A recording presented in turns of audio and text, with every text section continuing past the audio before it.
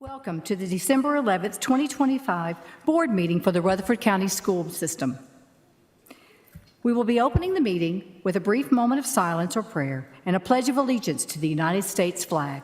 No one is required to participate or be present for any of these, and being in this portion of the meeting is completely voluntary. Ms. Darby, you're in charge of this evening. Dear Heavenly Father, Lord, we ask that you would be with us tonight. I want to thank you for this crowd of people here. I am super excited to see all of these beautiful faces with us this evening. I ask that you would give everybody traveling mercies, and please, Lord, be with this board. Help us to make sound decisions. Help us to make decisions based on what is best for our students, our staff, and our community. And I just ask that you would be with us all during this holiday season. Help us to remember the reason for the season. It is in your name I pray, amen. I have asked some special guests here this evening to lead us in the pledge, and something I'd like to say before I introduce the principal of Thurman Francis is just, it's so exciting to me when we find teachers who are stepping outside of the box a little bit and their passion just shines through. And I really just wanted to shine a light on someone that I was introduced to as a teacher this year, who has really made a change in one of my children's lives. And so I just wanted to celebrate something that he's doing, getting these kids excited and passionate. And Dr. Gagne. Okay, so we're going to go ahead and have them do the pledge first. You'll notice the way that they're dressed. It'll make sense here in a few minutes. But the thing is, it's really awesome to, you know, in a world where education is constantly getting a bad publicity and stuff, we have shining lights through our teachers throughout the school. We know our teachers love students, and we know they love their content. Mr. Shelton is the perfect storm. It is amazing when kids get disappointed that he's not there at school. Most students will go, oh, good, we got a sub. They're like, oh, what do you mean Mr. Shelton's not here today? But he has taken the passion of science, and not only has he gotten kids excited about it, he's inspired them to continue learning at higher levels. And you're going to get to see a little glimpse of how he treats his classroom, and you'll understand the smiles on these kids' faces for the wonderful work that he does with them. I'm a proud principal and proud to have him at Thurman Francis with us.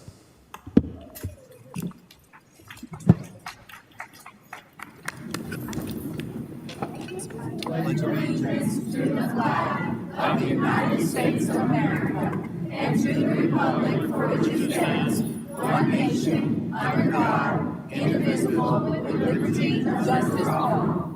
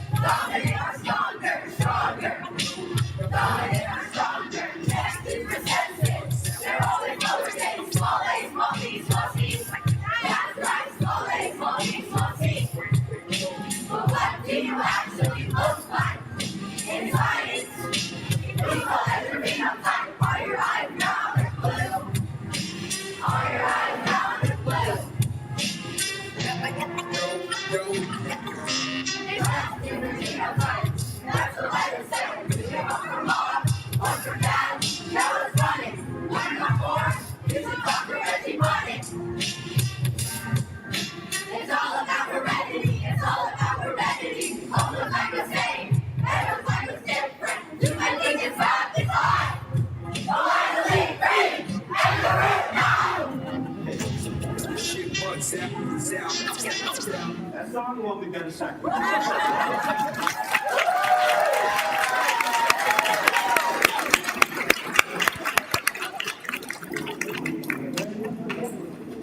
this is a different standard, so it's different lyrics. All right. Okay, ready? All right.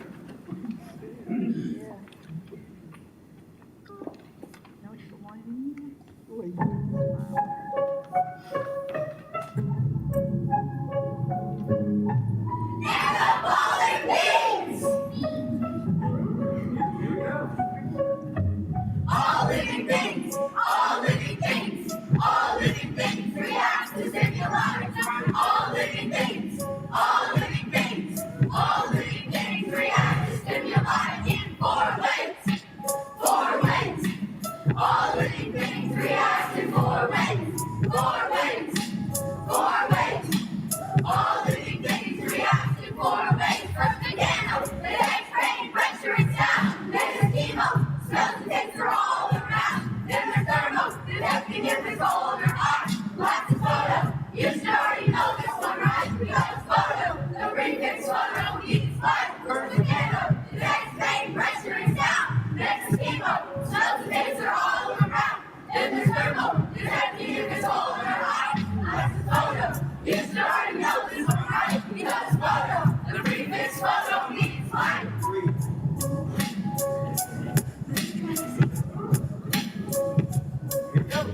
All living things, all living things, all living things react to stimuli. All living things, all living things, all living things react to stimuli in 4 ways. 4 ways. All living things react in 4 ways. Take the thermal, you can tell this all their eyes. Quietly green, and the red eye.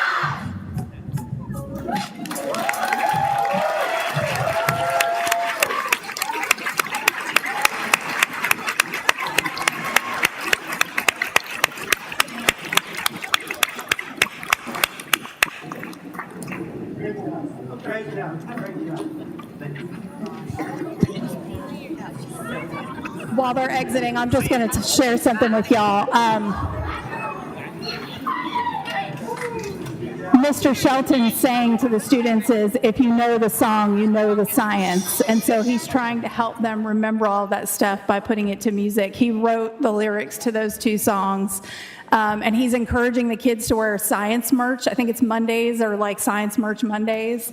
And I just think it's really cool that you can tell he's got them really hyped up about science, and it's just really cool to see. So I really love celebrating our amazing teachers. That was awesome. Thank you, Ms. Darby. And thank you, Thurman Francis. That was exciting. Next, we have the approval of the agenda. Second. Thank you. Thank you, Mr. Tidwell. All in favor say aye. Aye. Any opposed? Motion passes. Next, we have the approval of the consent agenda. Move to approve. Thank you, Mr. Vaught. Thank you, Mr. Vaught. All in favor say aye. Aye. Any opposed? Motion passes. Next up, a favorite segment, Rutherford Proud. All right, now we're going to move into our recognition section, which is our favorite of the night. First, we have our Rutherford County Schools Teach Now and Grow Your Own Teacher graduates. Rutherford County Schools is proud to celebrate 9 paraprofessional apprentices who have earned the opportunity to complete their bachelor's degrees and obtain teacher licensure through partnerships with MTSU and University of Tennessee Southern's Grow Your Own programs. Over the past 2 years, these dedicated individuals have transitioned from educational assistants to teachers of record, helping RCS meet critical staffing needs in elementary and special education classrooms. In addition, Rutherford Teach Now is proud to recognize its 5th graduating cohort of 91 teacher candidates who have successfully completed an 18-month, 141-hour program leading to initial licensure and endorsements in math, science, English, social studies, world languages, English as a second language, and special education. Through their hard work and perseverance and dedication to students, these educators exemplify the mission of RCS, and we're honored to recognize their achievements before the Board of Education and district leaders with a token of appreciation and celebration. So 2 different things. So Flannery, thank you very much for being here. You do a great job leading our programs for those who Teach Now, and I think it's amazing when you see the number of completers that we have in both programs but we are one of the largest educator licensing programs. So not only are we running a school district, we're also running somewhat of a college of education here. And so kudos to you and your team. So all yours. Well, my name is Janet Flaherty, Coordinator of New Teacher Programs and Recruitment. Rutherford County Schools is proud to recognize as an exceptional group of educators whose journey has reflected both their commitment and perseverance. So tonight we have to celebrate two groups of educators. Our first is, like you mentioned, 9 paraprofessional apprentices who have completed their program either at MTSU or UT Southern to go through Grow Your Own. They have either earned their initial bachelor's degree or a master's degree. And we would like them to stand right now if you're in the Grow Your Own program and just recognize them.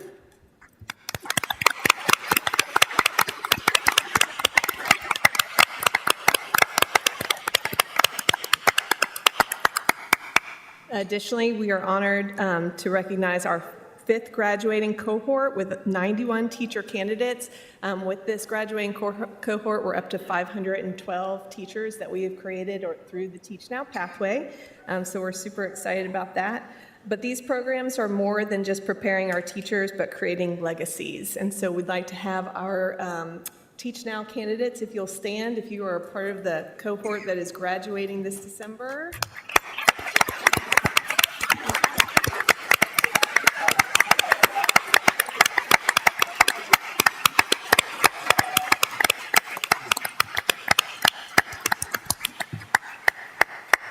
So like I mentioned, we are trying to create a legacy with retention. I'm pleased to announce that we have like a 96.1% 3-year retention rate for our teacher candidates that we produce. So that's great job to our team. Great job to our mentors, to our administration, to our instructional coaches, and of course our EPP specialists that are here with us that help prepare these candidates. But again, the legacy doesn't just stop there. It's for people like Carly Preston, who is a first-generation college graduate. So great job, Carly.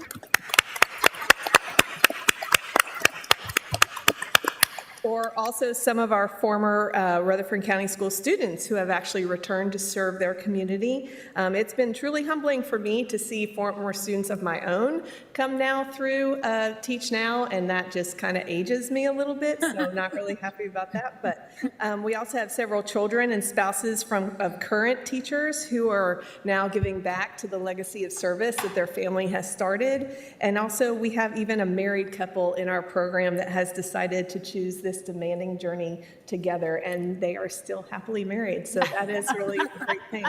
But these educators represent the future of Rutherford County Schools, and on behalf of our board, our district, our students, and our Teach Now faculty, we are so thankful that they chose a profession with Rutherford County Schools, and we're proud to celebrate them tonight. So thank you guys for allowing us to be here. So thank you.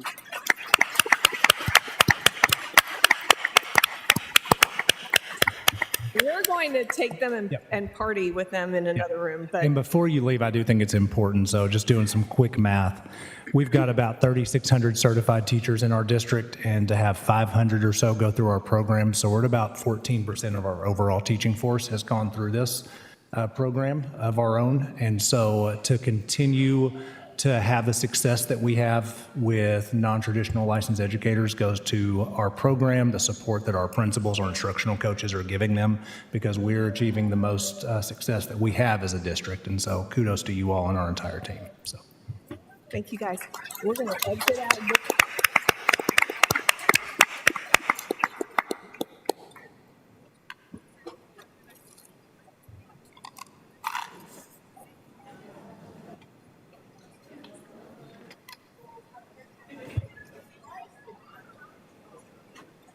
Yeah, it's a little loud.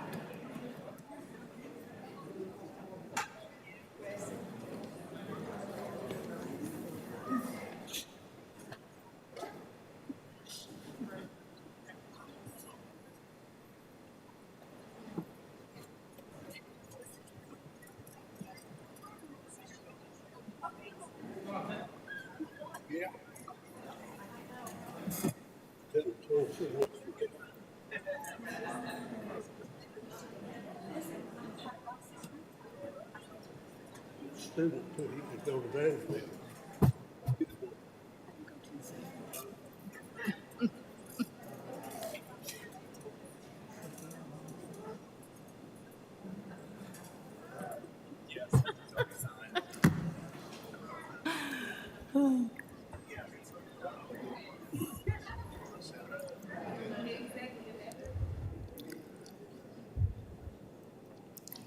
Coach Creasy, you cleaned up pretty well, buddy.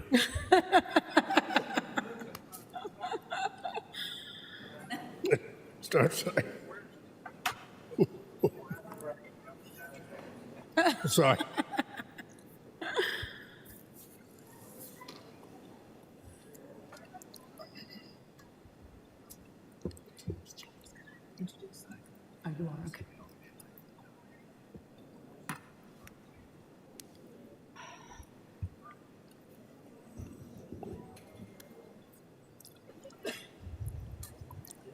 While we're waiting, Coach Creasy was named today as the Coach of the Year for 3-6A, Coach of the Year for the state of Tennessee. And if there's a better,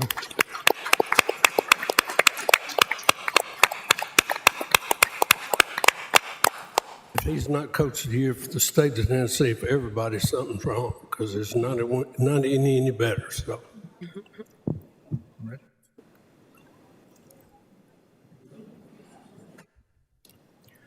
Coach Watson is locally bred too. He's one of these grow young, so he's one of the best assistant coaches around, isn't he? Great teacher. So. All right. So it is my honor to congratulate the Oakland High School Patriots for capturing its 9th state title with its 6A championship win over Ravenwood on Saturday, December 6th. Patriots have won 5 state championships in the past 6 years. My wife's birthday is December 2nd, and the first Saturday of every December, I always tell her that we have to eat dinner with your family first, because every Saturday that I've been in this role, the first Saturday, we always spend it together, Coach Creasy. And so it's always my trip down to Chattanooga. But it was an honor to watch you lead and watch our young men present themselves and get yet another state championship. And it's always an honor being a Oakland High School graduate to watch Oakland High School. And so, Coach Creasy, I'll turn it over to you, and we're proud of you for the program. If you want to introduce some of your players and go from there. Congratulations. Thank you very much.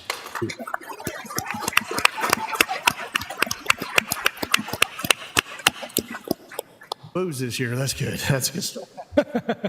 I do want to thank the school board for the invite, getting us here. I want to thank our Lord and Savior for also getting us here. I think he played a great role in getting us here, and we went through some long trials and tribulations, but came out the other side victorious, and we're really grateful for that. We have a lot of our seniors here, but I do want to point out 2 early graduates before they go to college. Because of our school system allowing for early graduates, they're going to be enrolled and playing in the SEC. One's Joel Wyatt. Joel, raise your hand. He's going to UT, and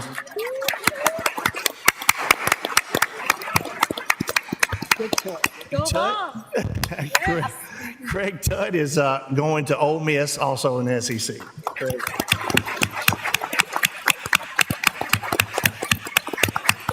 Then, like I said, I'm really impressed with everything that you've done for this growing county and for our school system and our players. And as an act of gratitude, I want every one of us, including myself, to come, Guy, and make sure that we shake every one of your hands and tell you thank you before we leave. Thank you. Thank you.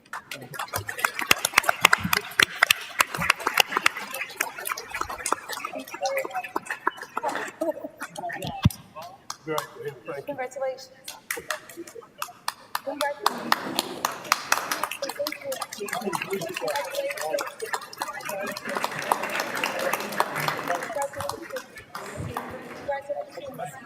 Always.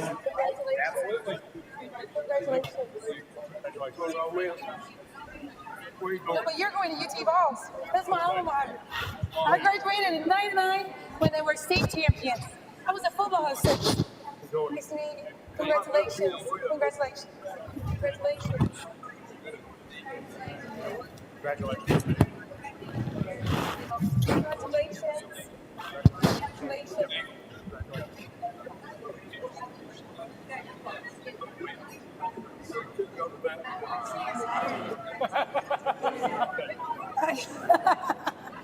Congratulations. Congratulations. Congratulations. Thank you. Congratulations. Congratulations. Congratulations. Congratulations. Congratulations. Congratulations. Congratulations. Congratulations. Congratulations. Congratulations. Congratulations. Congratulations. Congratulations. That's amazing. Yes. That's amazing.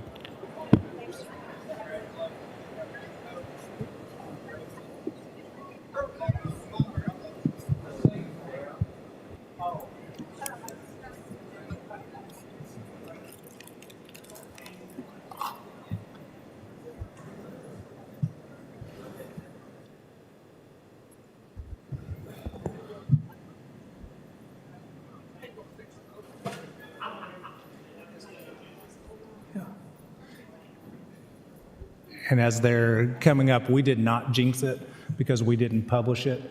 Every year, we always do this in January, but our early graduates can never be here. So we may or may not have called last week and said, hey, can you be here on Thursday? But we're not publishing it. But we were confident that they were going to win anyways. But we already had it lined up. So glad they didn't make us look bad on that portion. So, all right, now we are going to turn it over to Bridget Vaughn, who we are going to recognize more Oakland success. Our Oakland FFA national winners, 8 students from Oakland High School placed in the top 10 at the recent National FFA Convention were recognized on stage for their accomplishments. Teacher and sponsor Gina Stewart and, as mentioned, Ms. Vaughn are going to be sharing more information about our students. Good evening. I just wanted to start by thanking you all for inviting us to come here and celebrate the success of our students. I work alongside with 4 other co-teachers, Gina Stewart, Caitlin La Liberty, James Scott, and Seth Dearden.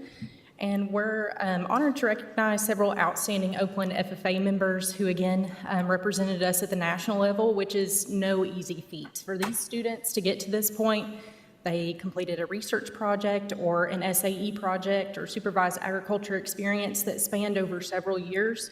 They completed an application, research papers, and interviews to be selected as the state winners. Their paperwork was then sent on to the national level, where they were determined to be national finalists, and they re-interviewed to get their final national placings. So a huge honor for them to make it across that national stage.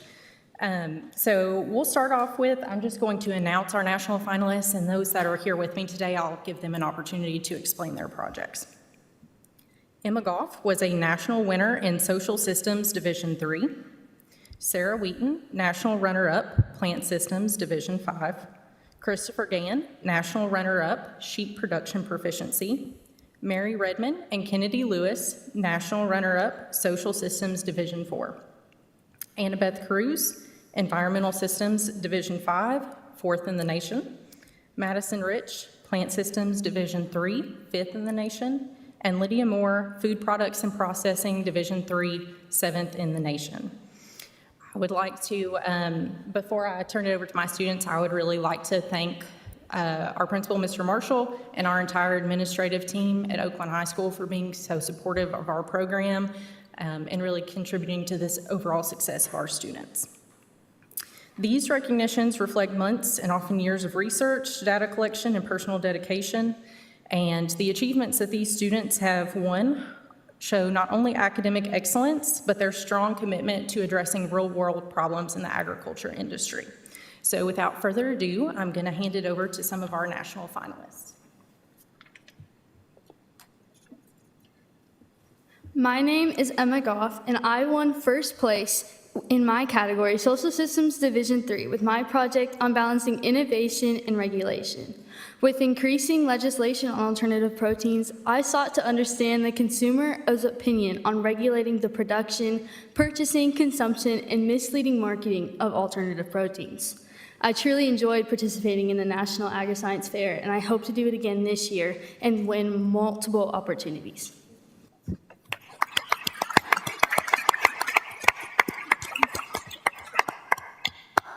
Hello, I am Sarah Wheaton from Oakland High School, and I got the opportunity to research floral preservative methods, and I tested 4 different preservative methods on the effects of flower longevity.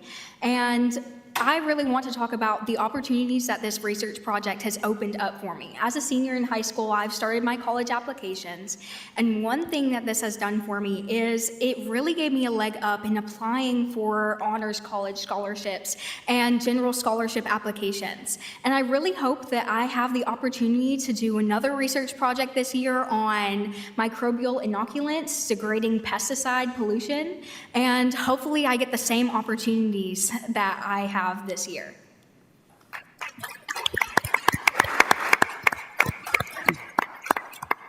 Good afternoon, everyone. My name's Chris Gann, and I did a 100% placement sheet production proficiency. I started, my proficiency would have been back in 3rd grade whenever I lived in the great state of Texas. We started running sheep. And then we've just been running sheep ever since I moved back to Tennessee, and my advisors came to me and they gave me the opportunity to be able to present what all we've done on a national level, and I've competed and I was the national finalist.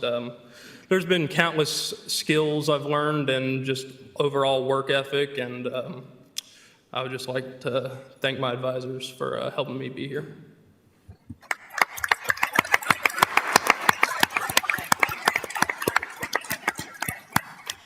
Thank you. I'd also like to mention we had several other national competitors that didn't make that top 10, but they were ranked either silver or gold national competitors, and those are our food science team, our livestock evaluation team, and our prepared public speaker.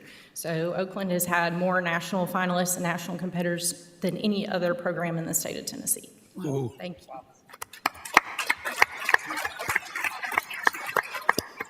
And very, very quickly, because we're used to seeing winners here, just to point out, there's over 9,000 schools that have FFA programs and over 1 million FFA members, and these kids were in the top 10 or won their division. So it is a really big deal, and we're extremely proud of the job that they've done and the time they put in for that.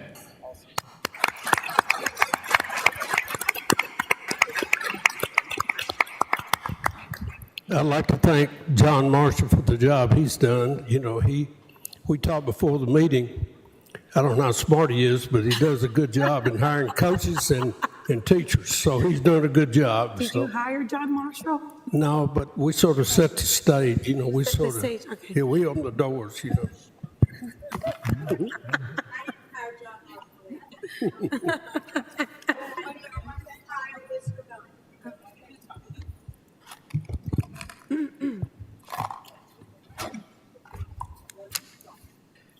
Yeah, yes, ma'am. But I know that we have a really packed agenda tonight, but it still just amazes me that we have spent the first half hour recognizing these students have achieved on the local, the state, national levels, and we have so many others that we could recognize, and we had to say the agenda is too packed. We'll do some more of those next month, but just incredible that we were able to do that.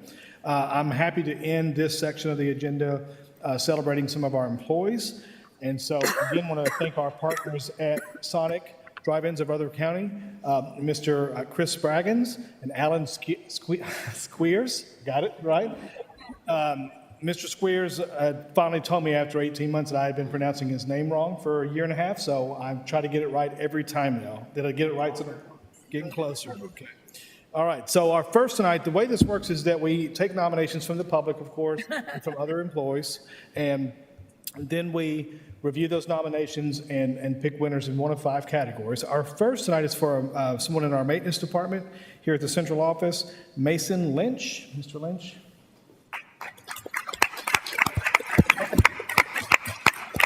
And then what I try to do is then embarrass them by heaping on the praise from their nomination. So, Mr. Lynch, I'm going to read to you your nomination. I've known Mason for several years, and he previously worked for me. I still chat with him and can tell he loves his job, the organization, and the work he does to make each school as best as it can be. He's a dedicated, honest, and hardworking man. He is a Christ follower and shows it with his generosity and helpful attitude. Even guys who drive trucks and fix things need recognition. Thanks. So, and we agree.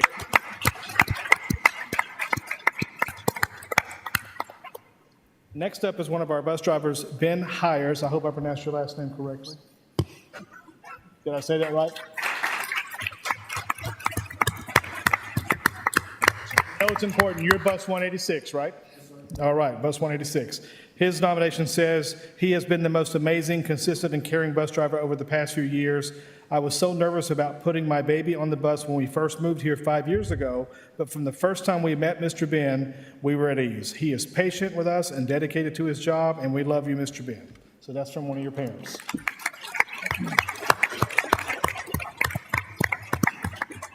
Next up is Miss Emily Cravey, who's a teacher at Blackman High School. All right.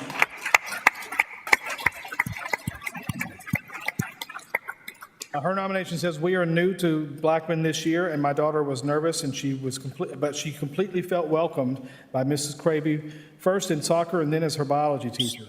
She's been amazing, and I feel so much more at ease in all of this transition thanks to how much she has thrived at Blackman due to teachers like Ms. Cravey." Congratulations. All right, our next is our administration category, Mr. Eaton from Poplar Hill Elementary School. I'm sorry. Say that again. Dr. Eaton. My bad, Doctor. Dr. Eaton has worked extremely hard to get Poplar Hill Elementary open and ready for kids this school year. Even after the opening of the school, he has made efforts to be present with issues as they occur. He has been open to suggestions from staff members. He is very supportive of his teachers, and he's really set a great community at Poplar Hill and making it great for all. So congratulations.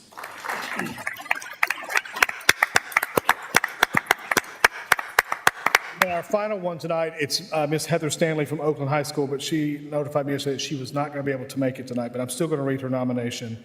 "I'm a first-year teacher this year, and I was very nervous about becoming a structured settings special education teacher, knowing that I would be working with many EAs who were old enough to be my parents. I was worried about working with these individuals and being able to ask them to do things while maintaining mutual respect.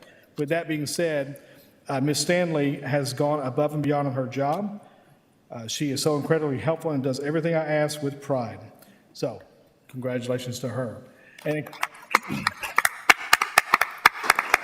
case you didn't catch that, this is an EA who was so supportive of the first-year teacher. The teacher really respects that relationship, so that's a great, too, to see them mentoring both ways. So, congratulations. We're going to do a quick photo. I know we've got a busy agenda, and then we will move on. Thank you all. And thank you again, Sonny. Turn this off.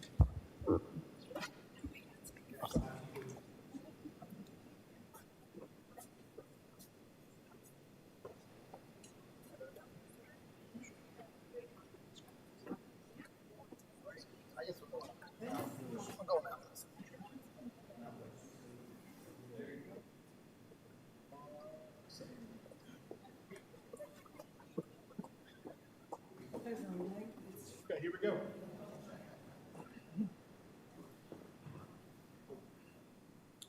And we're doing a roundup, too, of all the awards that have been given out this semester that's going on social media and the website this week. So, there you go. Thank you all.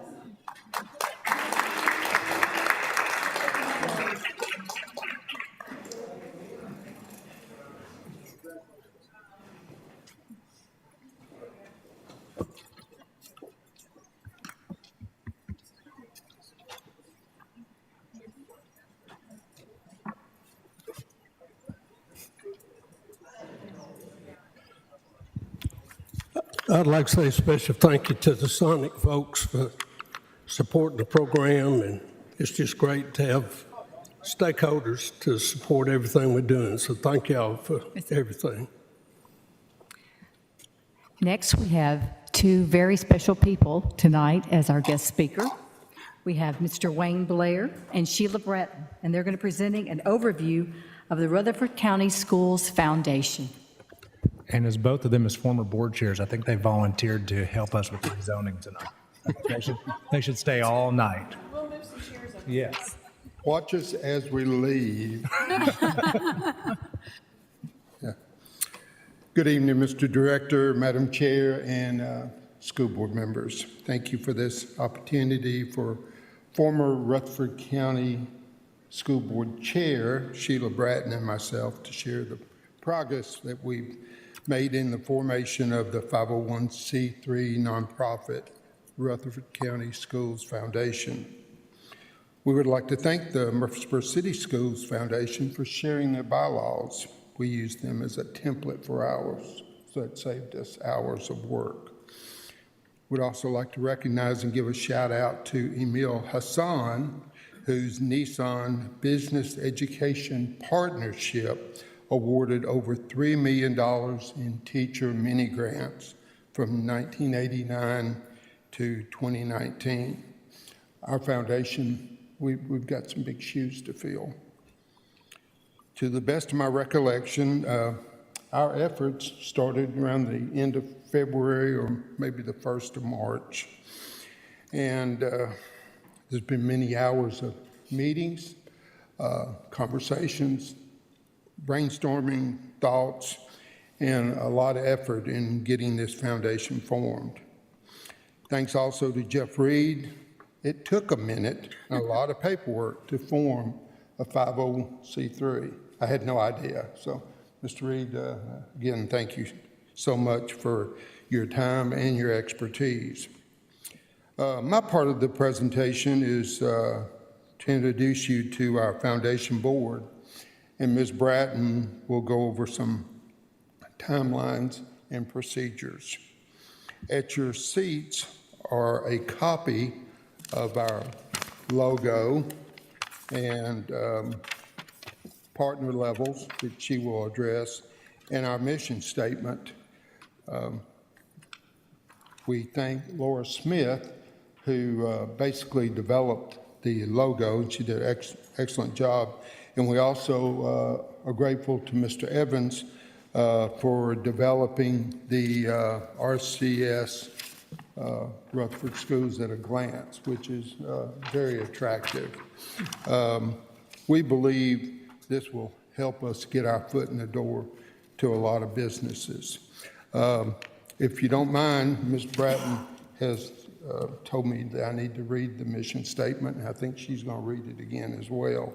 But it's to provide resources and innovative support to Rutherford County Schools, securing funding beyond budget to bridge gaps, inspire creativity, and expand learning opportunities for our students and educators. And the bottom line of that is to, like I said, enhance academic opportunities in the classroom, but the opportunity to stay out of our educators' pockets, which is, I think, if you've been an engaged parent, PTO president, or you've served on the school board, that's been a concern of ours for quite some time. So if I may, I'll introduce you to our 15-member board. Ms. Bratton and I will serve as the chair. Ms. Bratton is a former school board member, chair, central office coordinator, instructional coach, and an educator for 48 years. I'm also a former school board member, chair, and a county commissioner and a small business owner. Current school board chair, Clara Maxwell, board members Francis Rosales and board member Butch Vaughn, and board attorney Jeff Reed are also presently on our foundation. Mr. Vaughn, congratulations for being inducted into the Oakland Athletic Hall of Fame. Quite the honor. Oakland just rings them out tonight, I guess. So, also, Yaz Hassan, son of Emil Hassan. He's the managing director of the Hassan Odom Group and possesses a wealth of knowledge in regard to the old BEP. Gordon Ferguson, longtime president and CEO of Ascension St. Thomas Rutherford Hospital. He also has a history with the old BEP. Harry Gill, former teacher, coach, principal, former director of Rutherford County Schools, and former town manager for the town of Smyrna. Kelly Goosetree, former teacher and RCS principal, 28 years in education. Jackie Williams, former teacher, assistant principal, and presently a realtor. Laura Smith, marketing director for Smyrna Ready Mix. She will be critical in our marketing opportunities with the foundation. And Dr. Jason Pollock, OBGYN, president of the Murfreesboro Medical Center. So, did I miss two? I sure did. I apologize. Good thing you're up here. Also, Elena Burgess is our secretary and recently retired kindergarten teacher of 25 years.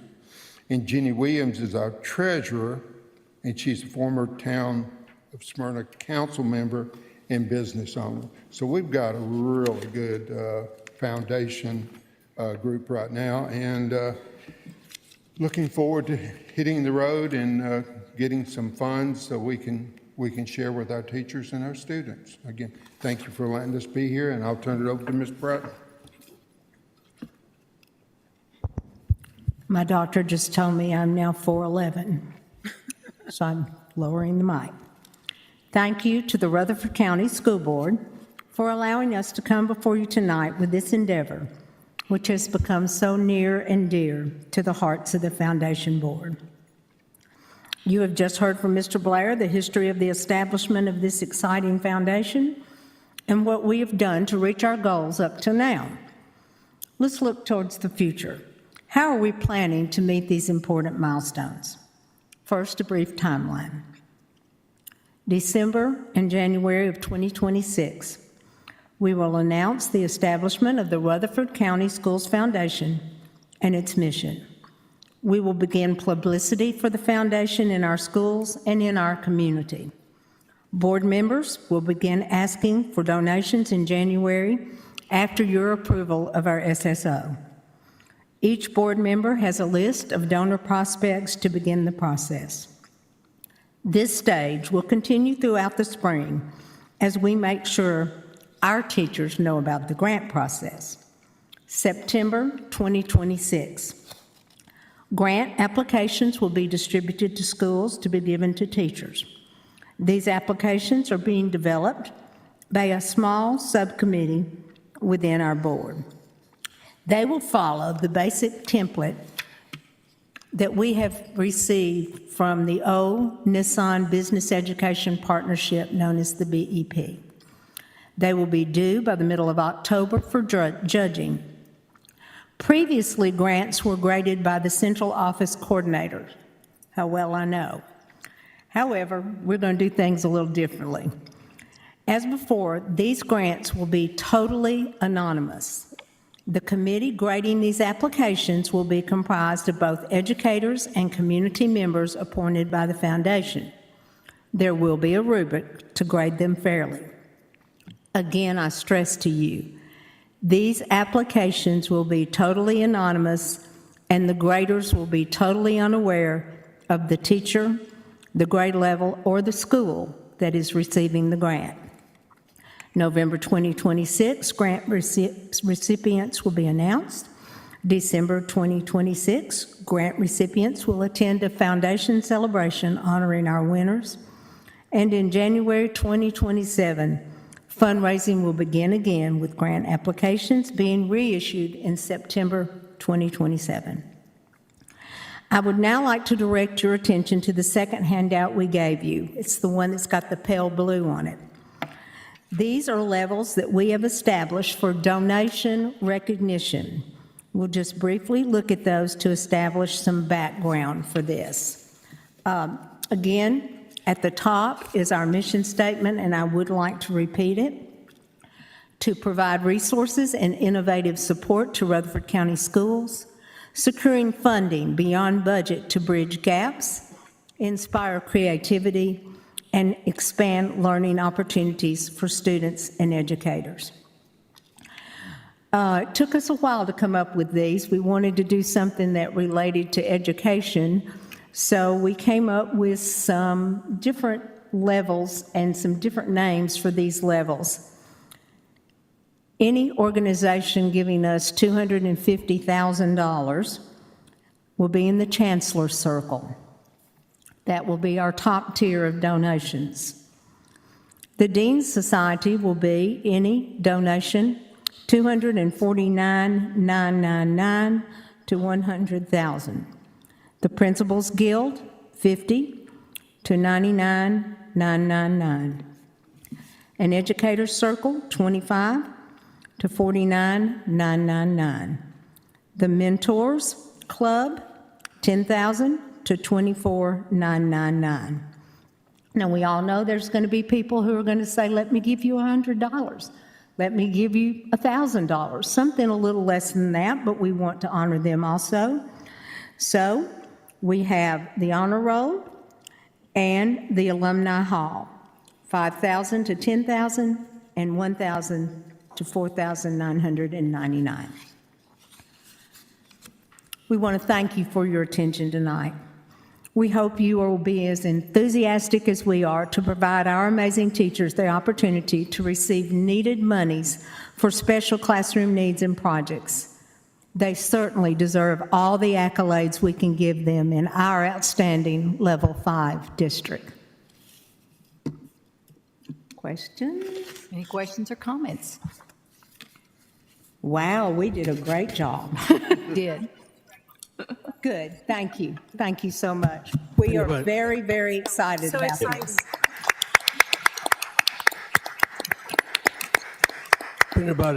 Anybody like to send checks, go ahead and send them in. We'll find a way to put them in the bank, so. Thank you for all your hard work. I will entertain a motion. A motion till after we do public comment. It comes back to the board item. Sorry. You're right, so sorry. I apologize. No, we're not. No, I didn't think we needed a I was so excited and so eager to do that. I'm so sorry. It's not till January. January. No, it's next. I was like, what motion is that? I jumped the gun. Okay, next we have public comments. And we have 10 speakers this evening. First, we have Ms. Rebecca Tran.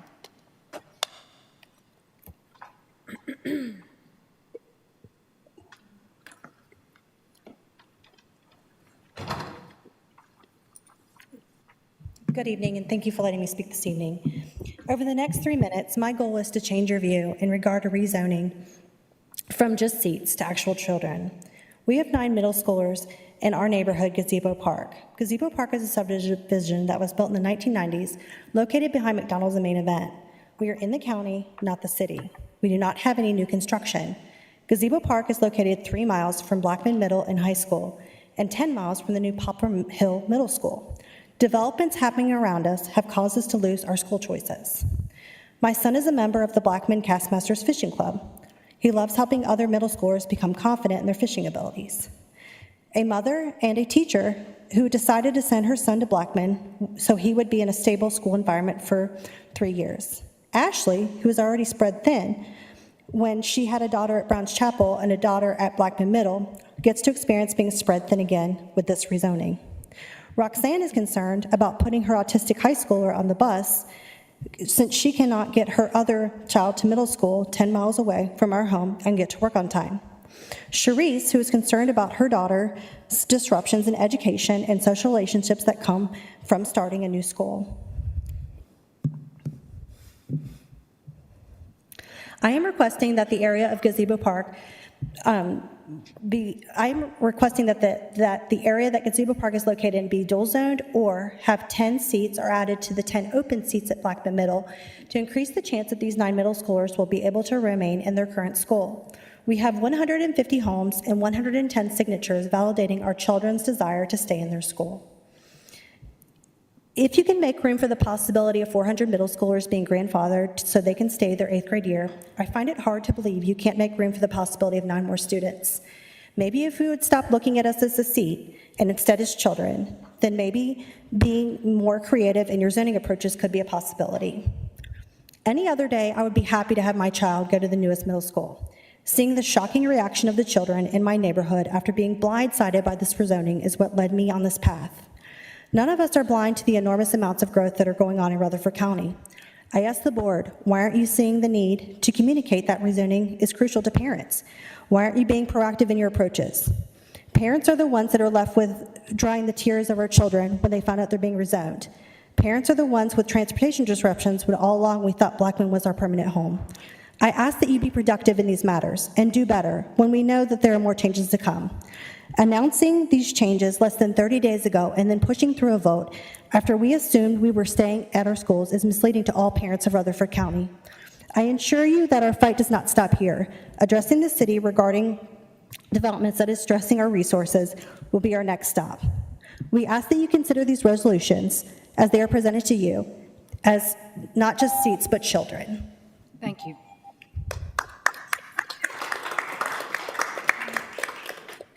Next, we have Ms. Jill Bottoms.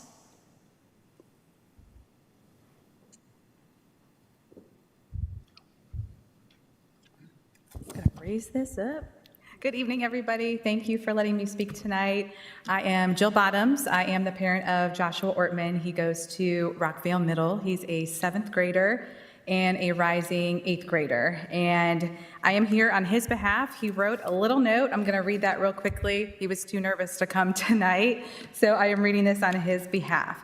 So he said, I want to stay at Rockvale for my last year.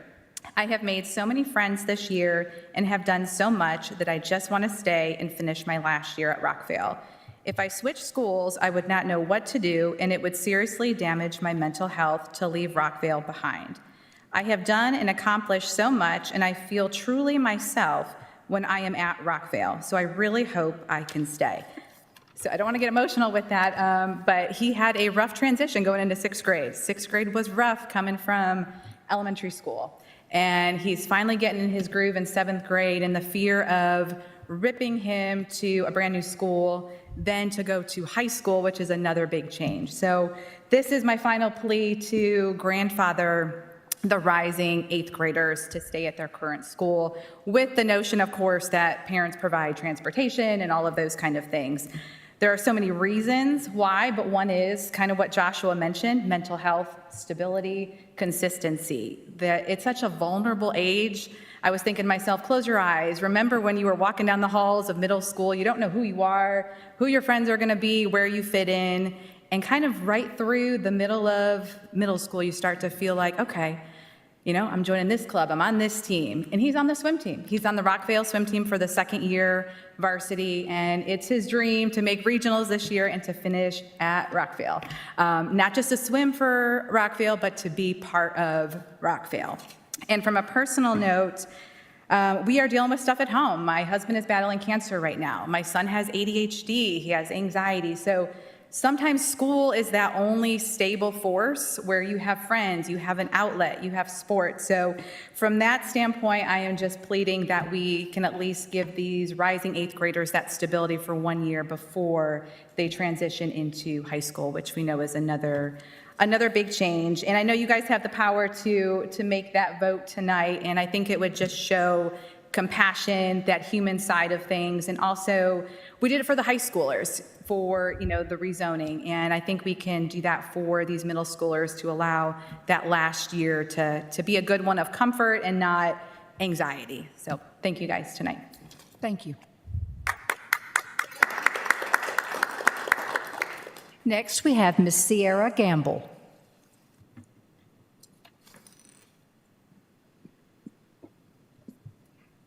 Good evening. My name is Sierra Gamble, and I'm a resident and a parent who lives just over a mile from Stewart's Creek Elementary in Cedar neighborhood. This past May, my husband and I were out for a walk in our neighborhood with our daughter when we saw cars lining the streets of our neighborhood. It was more cars than I'd ever seen for a typical house party, so I was naturally curious. And we finally came to realize that people were actually parking in our neighborhood and walking to the graduation at Stewart's Creek. And that's how close our neighborhood is to Stewart's Creek Elementary, Middle, and High. I understand that the area around Stewart's Creek is growing, new homes are popping up, the growth is beyond your control, but what is in your control is ensuring that the zoning decisions made tonight are based on sound logistics and real financial impact. Tonight, I'm asking you to vote no on Concept 1 because the financial and transportation analysis has not been completed. And the numbers we do have are concerning. I'm asking you to support Concept 2 or go back to the drawing board to reduce overcrowding at Stewart's Creek Elementary. As we all know, funding is not abundant to our school system, and as a board, I know you all understand that how every single decision, that it must be made in a manner that spends the money that we do have wisely. When I requested the financial comparison between Concept 1 and Concept 2, I was told that it doesn't exist yet. And this means that the board is being asked to make a vote on a major costly change affecting elementary age children without the full picture. So let's look at the numbers that we do know. Under Concept 1, the average student's travel distance jumps from 1.5 miles to 5.5 miles, which is a 266% increase in transportation costs per student. Under Concept 2, the average student's travel distance drops from 10 miles to 8.2, an 18% reduction. So Concept 1 increases costs dramatically, while Concept 2 actually reduces them. The idea of busing our kids out of their community into a different one to go to school, and kids further south in Smyrna into our community to go to school, simply just doesn't make sense. My family, like many, bought our home in this school zone, with this school zone in mind, but I'm not asking for a decision tonight based on emotion. I'm asking for a decision based on data. Please vote against Concept 1 and ensure we make the best long-term decision for our kids, our taxpayers, and for our schools. Thank you all. Thank you. Next, we have Ms. Lindsay Hebden.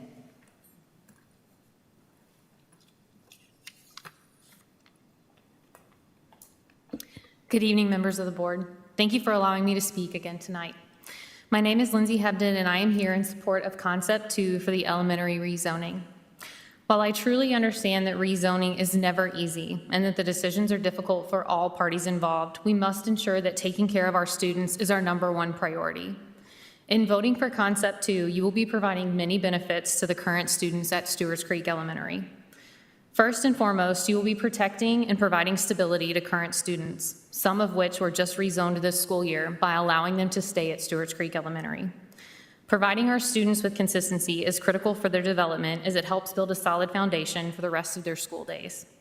This concept also addresses future concerns and growth as it implements a zoning structure that will send new students to a different school and allow those families to be aware of and plan for this change. I would also like to see further discussion on implementing an enrollment cap, as it would help prevent the builders from using our school zone as a selling feature and hopefully slow some of the growth in our area.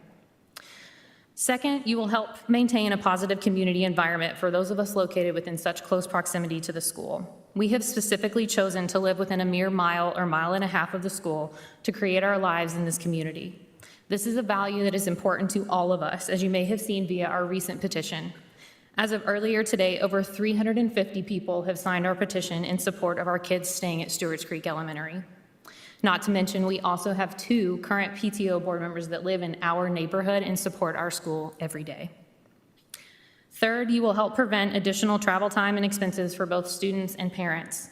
This includes bus transit times to and from school, facilitating drop-off for families who have students in multiple schools, and also allowing our students to be involved in sports and extracurricular activities. Lastly, you will be protecting investments that families have made to provide their children the ability to attend Stewart's Creek Elementary and create an educational community that we all call home. We have also heard your suggestions over the last weeks about addressing the root cause of this dilemma. I know that myself and many other individuals have already been in contact with our mayor, our town council, and our county commissioner. We are committed to help with addressing the overdevelopment in our community in hopes that these situations can improve moving forward. Please help keep our close-knit community of Cedar Hills at Stewart's Creek Elementary by voting for Concept 2 this evening. Thank you.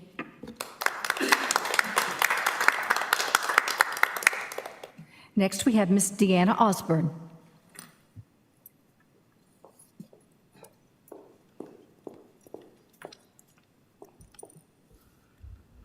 Good evening, members of the board and the school community. As we come to the close of another calendar year, I just wanted to come and join together to take a minute to consider where we are. December brings with it reflection and gratitude and hope, and in our public schools, these themes are alive and well every day through the work of dedicated educators and the students whom they serve. Tonight, on behalf of the association's educators, I want to begin with gratitude. I want to say thank you for the work you do, the dedicated efforts you give every day to listen and hear, and for the steady leadership you provide, for the difficult decisions and for the long hours you spend considering all the things we ask of you. This year has brought challenges that none of us anticipated, and yet our schools remain places of stability and possibility for Rutherford County's children. And that happens specifically because of everyone around this room, board members, administrators, teachers, support staff, families who choose day after day to put students first. And as we look toward the new year, I want to reaffirm what educators in this district are committed to strong relationships with students and families, committed to respect for the expertise of teachers and support professionals, committed to ensuring that classrooms have the resources they need, and also building the kind of work environment that retains the excellent staff that our students deserve. We are also these are not talking points only, they're the building blocks of the strong schools that our community has come to expect from Rutherford County. These building blocks need to be reinforced, especially now. I'm 7% there, apparently. Our educators are doing extraordinary work, but they are stretched thin, many navigating increasing responsibilities with fewer hands to share the load. As you consider the decisions ahead, including budgets, staffing, student supports, instructional priorities, we ask that you continue to center the voices of the people doing the daily work with students. When educators are supported, students thrive. When educator well-being is prioritized, student success follows. December is also a month of anticipation. Students will soon return, even though they're not gone yet, from winter break with new energy and new needs, and the choices we make now set the tone for the second half of the school year. Let's use this moment to recommit ourselves to partnership, ongoing partnership, and invite educators to the table early, listen to their expertise, collaborate with them on solutions, continue to collaborate, because every lasting improvement in a school begins with the people inside it. And as we look ahead to a new year, our shared opportunity is this: to invest in educators, to trust their professional judgment, and to strengthen the foundation that makes learning possible. Together, we ensure that every classroom is a place where students feel valued, supported, and challenged, and where educators feel the same.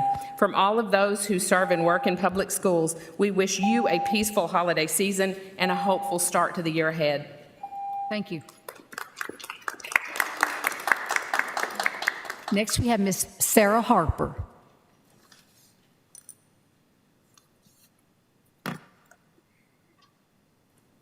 Hello, my name is Sarah Harper, and I have two children who attend Walter Hill School. I'm not talking about rezoning, just so there's no confusion. My youngest son attends the VPK program with an IEP. My oldest also attended this program with an IEP as well.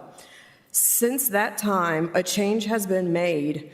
Now students with an IEP are not allowed to attend on Wednesdays. When I inquired about this, I was told that teachers cannot attend meetings and receive trainings when they have children with disabilities in their classrooms, which seems odd considering kindergarten and up students with IEPs get to attend on Wednesdays. My son does not understand why he cannot attend on Wednesdays, but he is smart enough to realize he is being left out. He knows his older sister goes to school on Wednesdays and that his typical peers also attend, but he doesn't know why he is being left out. He becomes very upset about this as he wants to be in school. He is being denied 20% of his education only because he has an IEP with an identified disability. From my perspective, this seems very unfair to my son and students like him. Having an IEP is supposed to help you receive an education with accommodations or goals for your disability. How is receiving 20% less of an education accomplishing any goal? They are also losing out on what their peers are learning on those Wednesdays. There is no make-up time for that 20% of education that is lost. They just are not taught. I hope you can see from a parent's perspective how frustrating it can be when your child is not allowed to attend school one day a week while typical peers are. When I further inquired why it is only IEP students and not typical students as well who do not attend on Wednesdays, I was told the IEP students can ride the bus, as if bus transportation somehow makes up for that 20% loss in education. Not allowing IEP students to attend on Wednesdays is preventing children with disabilities full access to their education.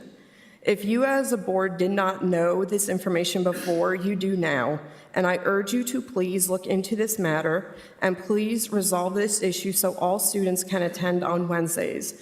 These children deserve to be in school just as much as their typical peers. And since I have a few more seconds, I'd like to say I'm a widow and single mom to 2 special needs children. It's a hard job, but it's my job to advocate for them. And when there's something amiss, I need to stand up and say something. This wasn't something that went on before. This is new, and it's not right.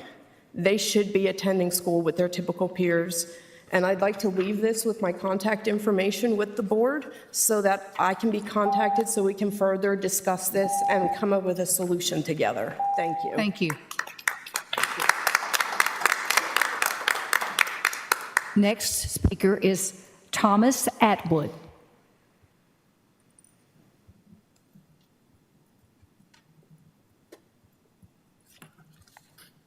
Good evening, members of the board, and thank you for giving me the chance to speak. Tonight, I'm here not to debate maps or projections or long-range plans.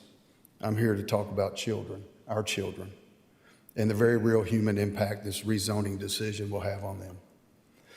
Our 7th graders have finally found their footing in middle school. They've built friendships, meaningful connections with teachers, and a sense of belonging that does not come easily at this age. Middle school is already an emotionally challenging and vulnerable stage. These students are navigating who they are, and they rely heavily on the stability of the environment they've grown comfortable in. To uproot them now for a single year only to uproot them again when they move on to high school serves no developmental or academic purpose. It does not support their mental well-being, their confidence, or their progress. In fact, it risks undoing the growth they've worked so hard to achieve. We also want to acknowledge something important. Some families may prefer to move their children to Poplar Hill, and they should absolutely have that choice.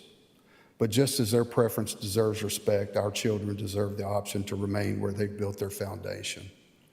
A one-size-fits-all solution simply doesn't reflect the diverse needs and circumstances of our community.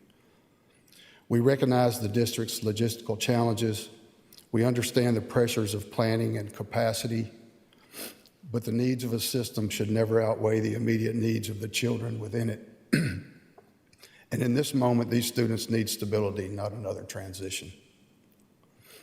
These students are deeply invested in their sports teams, their clubs, their fine arts programs, and leadership roles. Many have just found their stride, earning spots on teams, discovering passions, connecting with mentors, forcing them into a brand new school with brand new social dynamics and expectations, only to do it again next year in high school is unnecessary and harmful. Grandfathering this single class of 7th graders is not just reasonable, it's compassionate, responsible, and aligned with child-centered decision-making. It provides continuity during a critical developmental year and avoids needless disruption. We're not here to oppose Poplar Hill Middle School. It will no doubt become a wonderful community, but new students will have time to prepare for that transition. Our 7th graders do not. Taking away their final year of middle school in the environment where they've worked to succeed feels unfair and avoidable. So I ask you, please, choose the option that truly puts kids first. Allow our 7th graders to be grandfathered into their existing schools and finish middle school with dignity, stability, and the support systems they've earned. Thank you for your time and for remembering that your decisions echo through the lives of real children who trust us Thank to you. protect their well-being. Thank you. Thank you.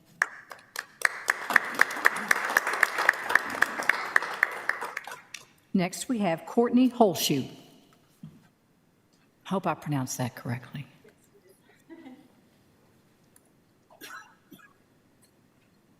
Hello, good evening.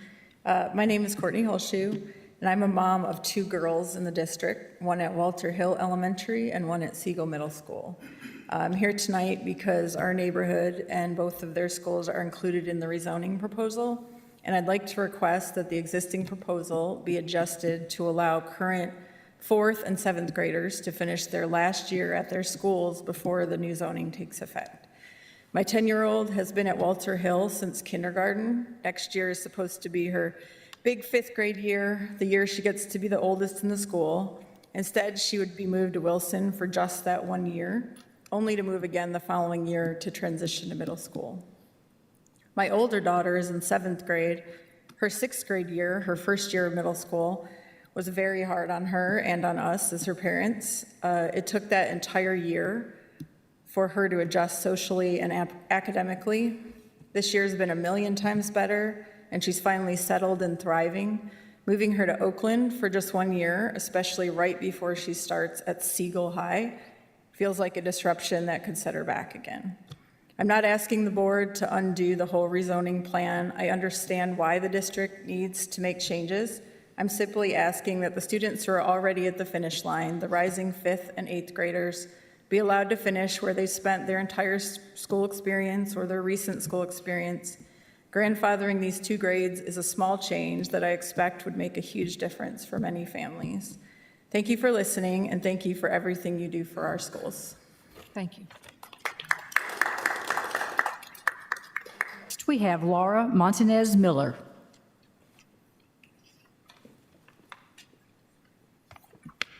Good evening, and thank you for listening to me again. My name is Laura Miller, and I want to speak about the very real impacts that this rezoning would have on children and families, specifically in the Cedar Hills neighborhood. A 45-plus minute bus ride each way is not a small inconvenience for an elementary child. It affects their sleep, their focus, their behavior, and their ability to learn. Last year, when my kids went to Browns Chapel Elementary, they woke up before sunrise and came home nearly an hour after dismissal, exhausted before the evening even began. By the time we handled homework, dinner, and bedtime, there was no time left for them to just be kids. Those long rides also take away precious family time, time for rest, play, and connecting with the friends in their own neighborhood. It disconnects children from the community that they live in, and they did feel disconnected last year. And this impact reaches beyond our homes. Parent involvement is one of the strongest supports that a school can have. In the Cedar Hills alone, 2 moms currently serve on the Stewart's Creek PTO. They volunteer weekly, support teachers, organize events, and strengthen the culture of the school. If we're rezoned back to Browns Chapel, that involvement disappears overnight. We simply cannot volunteer 20 minutes away with long bus schedules and younger children at home. This isn't just shifting boundaries, it's removing active, committed parents from a school that depends on them. Our neighborhood intentionally built our homes near Stewart's Creek so that our kids could attend the school closest to where they live. We accepted a very difficult year last year at Browns Chapel because we were told it was temporary. Our children did their part, and they endured it with the promise of stability this year. And what is especially hard is this: we are already here. Our homes are built. Our children are enrolled. We're already a part of this community, yet we're being asked to step aside for families whose homes aren't even built yet, families who may or may not move in for years, while the ones living this reality right now are the ones being displaced. There is also a strategic benefit to keeping zones as they are. If Stewart's Creek enrollment is capped with its current neighborhood's current zoning, and all new construction is directed to Browns Chapel, builders can no longer advertise their developments as being zoned for Stewart's Creek. That removes a major selling point and could slow down the influx of young families that is contributing to the overcrowding in the first place. The board gains leverage and protects families that are already here. I'm asking you to please choose the children who have already endured this hardship, choose the parents who are already volunteering, and choose the families who have already lived in this school and in this community. If you must choose tonight, please choose concept 2, but I do ask you to reconsider the zoning altogether. Thank you. Thank you. And lastly, we have Reverend Joy Warren.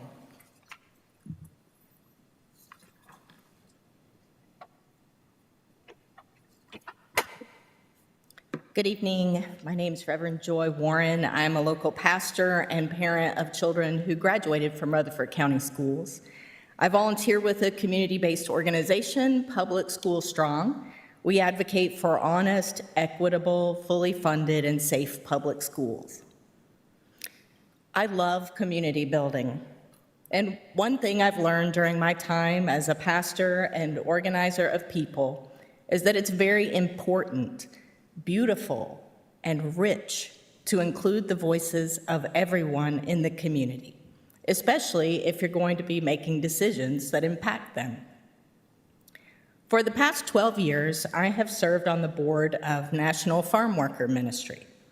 I visit communities around the country where farm workers are hard at work, planting and harvesting the food that we eat.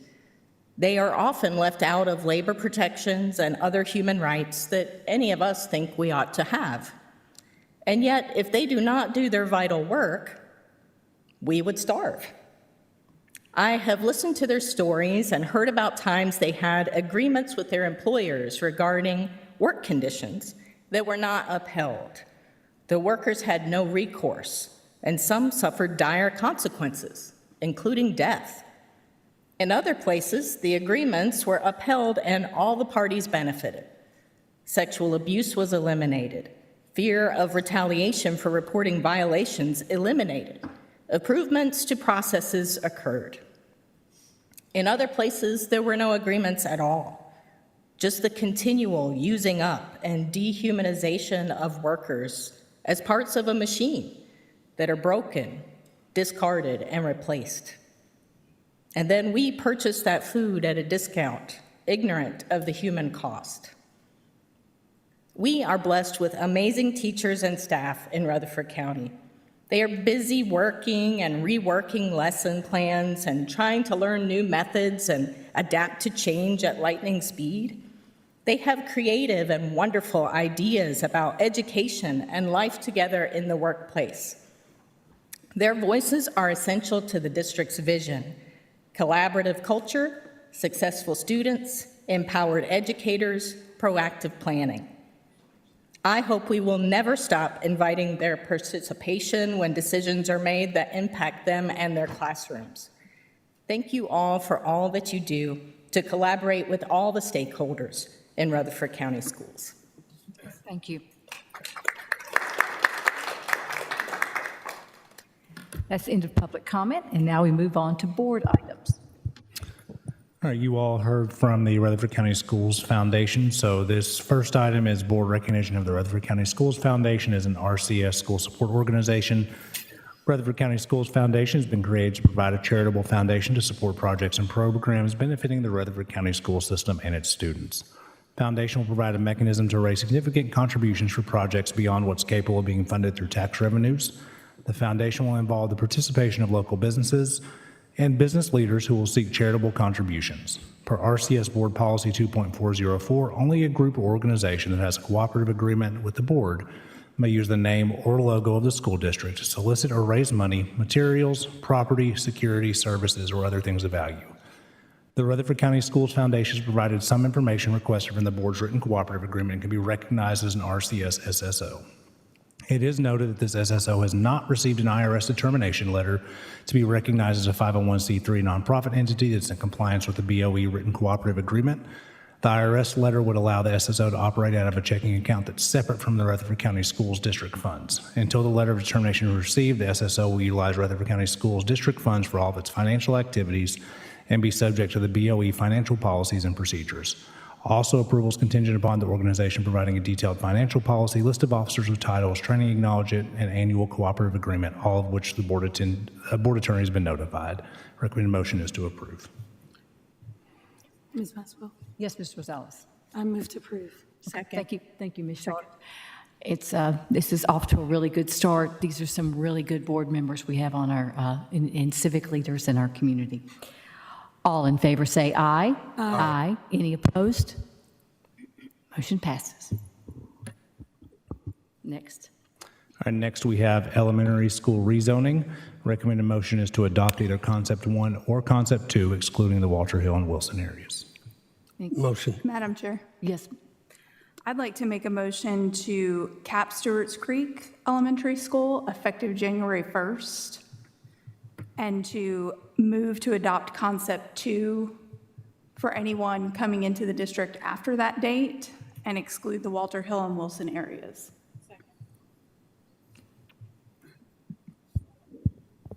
We have a motion on the floor. Ms. Maxwell? Yes, Ms. Rosales.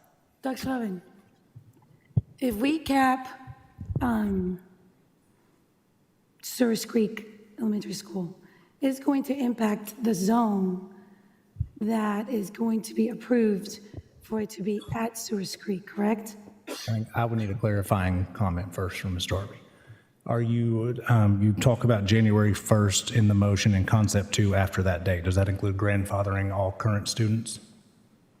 Meaning anyone that is currently at the school can stay. Anyone moving into the district after January 1st, 2026 would go to Brown's Chapel. Okay. It would not impact the zone, but the school would probably stay overcrowded. And so I don't know a solution at that point. Okay. We have a motion and we have a second. Well, I will say to the board that I spoke to the principal, and I want to be fair with families, but she is concerned about the overcrowding. Yeah. Because even last week, they had 10 kids that came and were registered.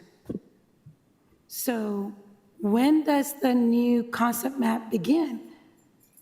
If everyone that's here stays, January 1st, 2026. we're capping it.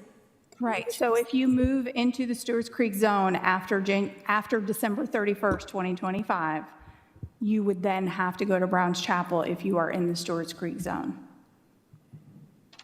So in other words, we don't need to vote for concept map for either or, because I'm getting a little confused here. Kindergarten classes, you would have concept 2 for kindergarten classes, because every year your kindergarten class is going to move to first grade, so your incoming kindergartners would be from concept 2.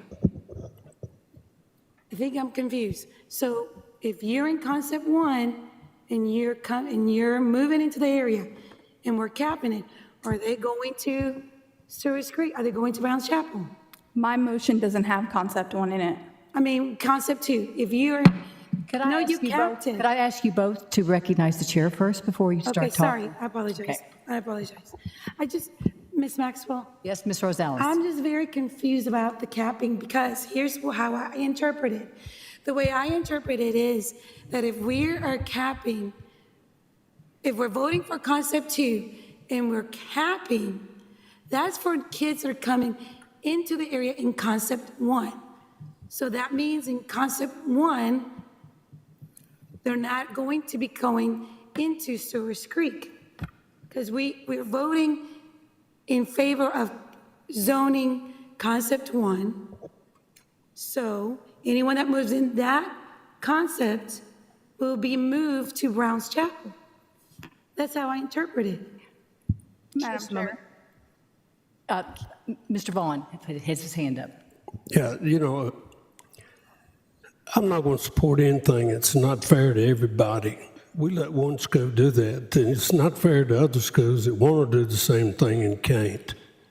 So, you know, my recommendation is to approve the concept 2 without all the capping and just leave it as is. I think that's, like I said, I can't support anything that's not fair to every school.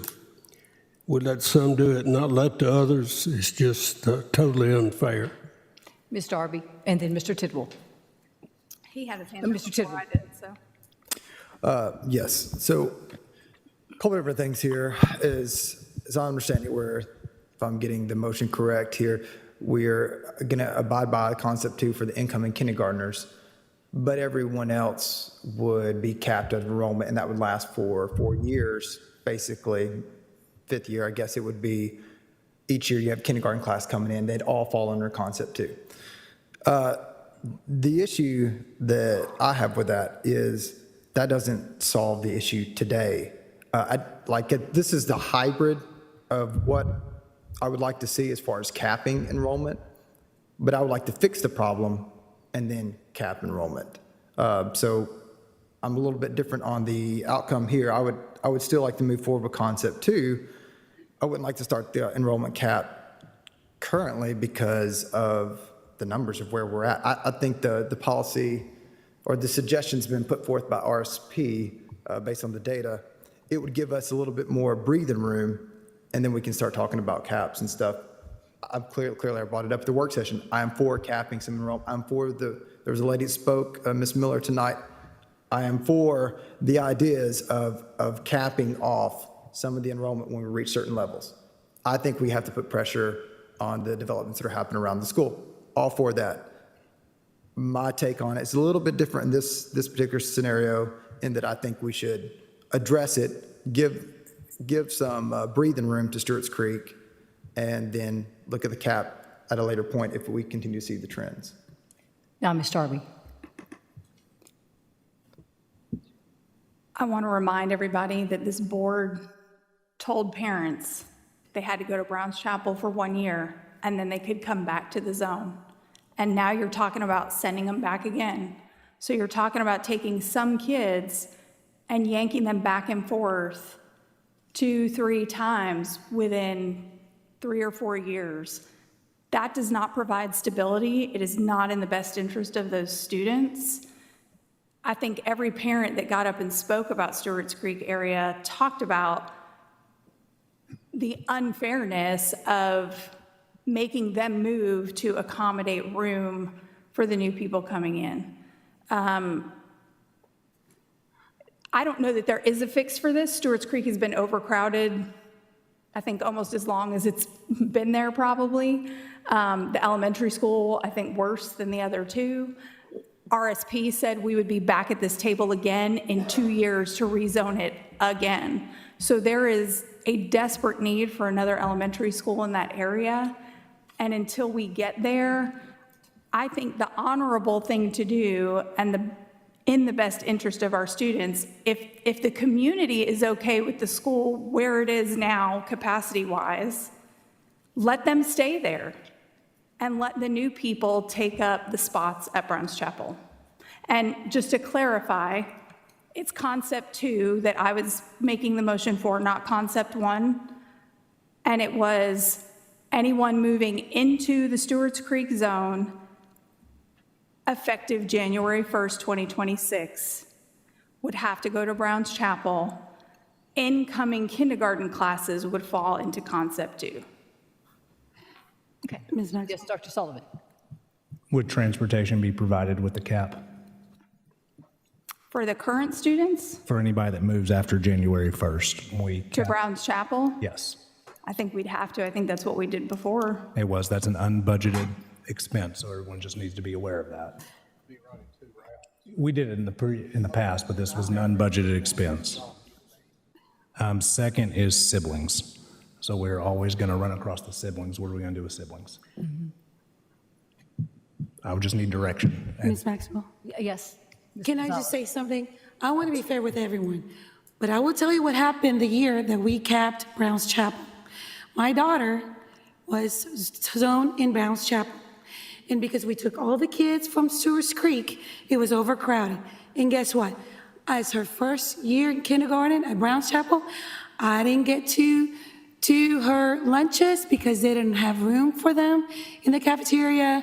There was a lot of things that I did with my other 3 kids who were in the different grade levels that we weren't able to do at Browns Chapel because it was so overcrowded that all they were doing is just feeding lunches with the cap. So if we're going to do something, I'm not in favor of capping. I'm just going to be honest with you because of the challenge that I struggled with and saw when it moved to Browns Chapel. So if we're going to do this, I do not like back-to-back rezoning at all because it's not fair to the families that saw a map thinking this is where they're going to stay and the school was still overcrowded. So if we're going to do a rezoning, then I want to do a solution in one of the concept maps that will fix it for the 4 years. So I'm leaning towards moving towards adoption concept 2 with no cap at Stewart's Creek. Mr. Vaughn. Can I make a motion on a motion? No, we have a motion on the floor. We can discuss it. Oh, you can. Can I amend it? I'd like to amend it to we just go approve to go to concept 2 without capping. That's my modification. Okay, that's a change. whatever it is. Let's vote on Ms. Darby's motion first. Okay. And then you're welcome to make another motion. Okay. Yes, Ms. Sharp. So if we don't cap enrollment at Stewart's Creek, it's just going to exacerbate the overcrowdedness, right? So, I mean, because we're literally Ms. Rosales just said they enrolled 10 people. We're literally still enrolling students up until the last day. I guess it'll be the 19th is the last day. So today's the 11th. We got to the 19th to enroll more students. Why would we do that? Why would we let them stay when we're already crowded? We have to cap enrollment. It doesn't make sense to continue to allow the students to come there. Yes, Mr. Vaughn. I want a little clarification. I'm trying to look at the difference between 1 and 2. You've worked with Rob a lot closer than I have, so if I'm reading Stewart's Creek right, which seems to be the primary focus, I think all of us would concur with that statement, that under concept 1, you create more breathing room than you do with concept 2, yet you upset more parents. So if we go with concept 1, you rip the Band-Aid off, so to speak, but you're better off 5 years down the road, 4 years down the road. If I'm reading that correct, there's about a 50 student difference, right? So if you go with concept 2, there's 50 less people that are upset, I guess, if I'm reading this correctly. And you assume, I have to assume there's, maybe they've got 2 kids. So in my view, concept 2 is kind of the compromise of really utilizing space and needs right now. Am I interpreting that correctly? I'm not wanting to put words in your mouth, but that's how I'm just a numbers guy, right? You're right, and I think that is, I just want the board to be aware for grandfathering, I definitely respect where Ms. Darby's coming from. I'm very concerned we'll be right back here again next year. Our projected with grandfathering next year is at $11.99. And then the next is $12.31, $12.79, $13.36. Outside of providing more portables there, okay, I don't have another option. Yeah, right. I just need guidance. If that's what we want to do with portables, we're about to list 40, and so I need to move them. Yeah. I just want to make sure I'm reading the numbers the way everybody else is reading the numbers, and I've never not lived through a capping before. So anyway, thank you for that. Yes, Mr. Tidwell. All right, I'm looking at concept 2 here, and in Stewart's Creek, if we go with concept 2, it doesn't look like it's going to be overcrowded. 27, 28, 28, 29, it's over capacity by about 10, and then obviously it starts moving up from there. But that's 29, 29, 30, 20, I'm sorry, excuse me, 2029, 2020, 2030 school year, that particular year, we would hopefully have something on the ground that's, 4 years out. Obviously, we've had a lot of conversations about middle schools, high schools, and all these different things in the funds in the county, and I understand that. But that would kind of be more idealistic in the way, and it does something now. So that's still where I'm at. Okay. I've got one. Yes, Dr. Sullivan. I think one thing just to keep in mind, this does not include employee zone exemption, so the number very well could be just a little bit higher. We had 20-something we discussed, so be aware of that. We also have more school choice options with our charter schools in the Smyrna area with some more openings. So looking out 4 to 5 years, there's a couple options out there that we just don't know yet. Could you read Ms. Darby's motion? And we're going to go ahead and vote. Roll call vote on Ms. Darby's motion. Okay. The motion is to cap Stewart's Creek Elementary School beginning January 1, 2026, adopting concept 2 to any student moving into the zone after January 1, 2026 to Browns Chapel Elementary. Correct. All right. Mrs. Darby? Mrs. Rosales? No. Mr. Vaught? No. Mr. Vaughn? No. Mr. Tidwell? No. Ms. Sharp? Yes. Mrs. Maxwell? No. Motion fails. Now we will entertain a new motion. I'd like to make a new motion. We approve concept 2. Second. Thank you, Ms. Rosales. Thank you, Mr. Vaughn. Any comments or questions? If you'll read the motion.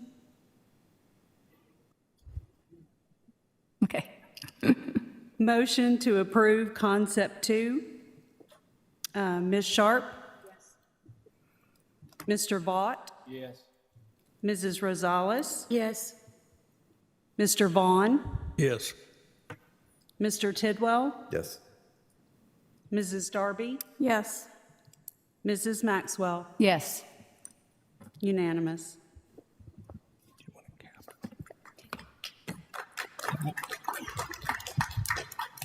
Next, we move to middle school rezoning. Wait a minute, quick question, point of clarification. That did exempt Walter Hill, right? Correct. Yes, Okay. sorry. Ms. Maxwell, have we moved to the middle? Was there Yes. anything else around capping or anything else with Stewart's Creek currently before we move on? I just want to make sure. No. I would like that, for that to be a discussion at some point, maybe that we can look at the beginning of the year. I'd like to seriously consider that, but I'm not going to make one at this moment. Okay, thank you. Can we clarify with the motion just to make sure it excludes Walter Hill and Wilson? I think that's safe to writing. So is everyone okay with that? I think, Yes. Yes. Yes. The Recommendation that was on there. Perfect. Yeah. Okay. Okay. All right, next we get to middle school rezoning. Recommended motions to adopt concept 2 as presented and allow current 7th graders, so next year's 8th graders, to be grandfathered into their current middle school with parents, guardians providing transportation. To qualify for the grandfather option, parents or guardians must submit the RCS form by Friday, January 16th, 2026. We're meeting tomorrow. We'll have that launched ready to go ASAP. Move to approve. Wait, Ms. Maxwell. Oh. Ms. Maxwell, I would like to make a motion to move to approve concept 2 while grandfathering again current 7th graders, rising 8th graders within these parameters to qualify for the grandfather option by January 16th. Second, Ms. Maxwell, I would like to make an amendment to the motion. And to the amendment, I want to include a way for us to also expand choice seats for our students that are in that zone, but that will impact all the seats, all of the, everyone in the school will have more choice seats. Right now, we have 10 choice seats. I would like to add more choice seats into the current 10 seats because, to be fair, we did these concept maps 2 years in advance. A lot of parents were confused about what that meant, that decision 2 years ago. None of them did not capture and realize that we were going to revisit this 9 months prior to rezoning. And their parents had thought they were going to be in that zone. And now they were completely zoned out. I have a parent who's taking a kid whose family has been in Blackman Middle School, and they got zoned to Eagleville, and they're driving 22 miles.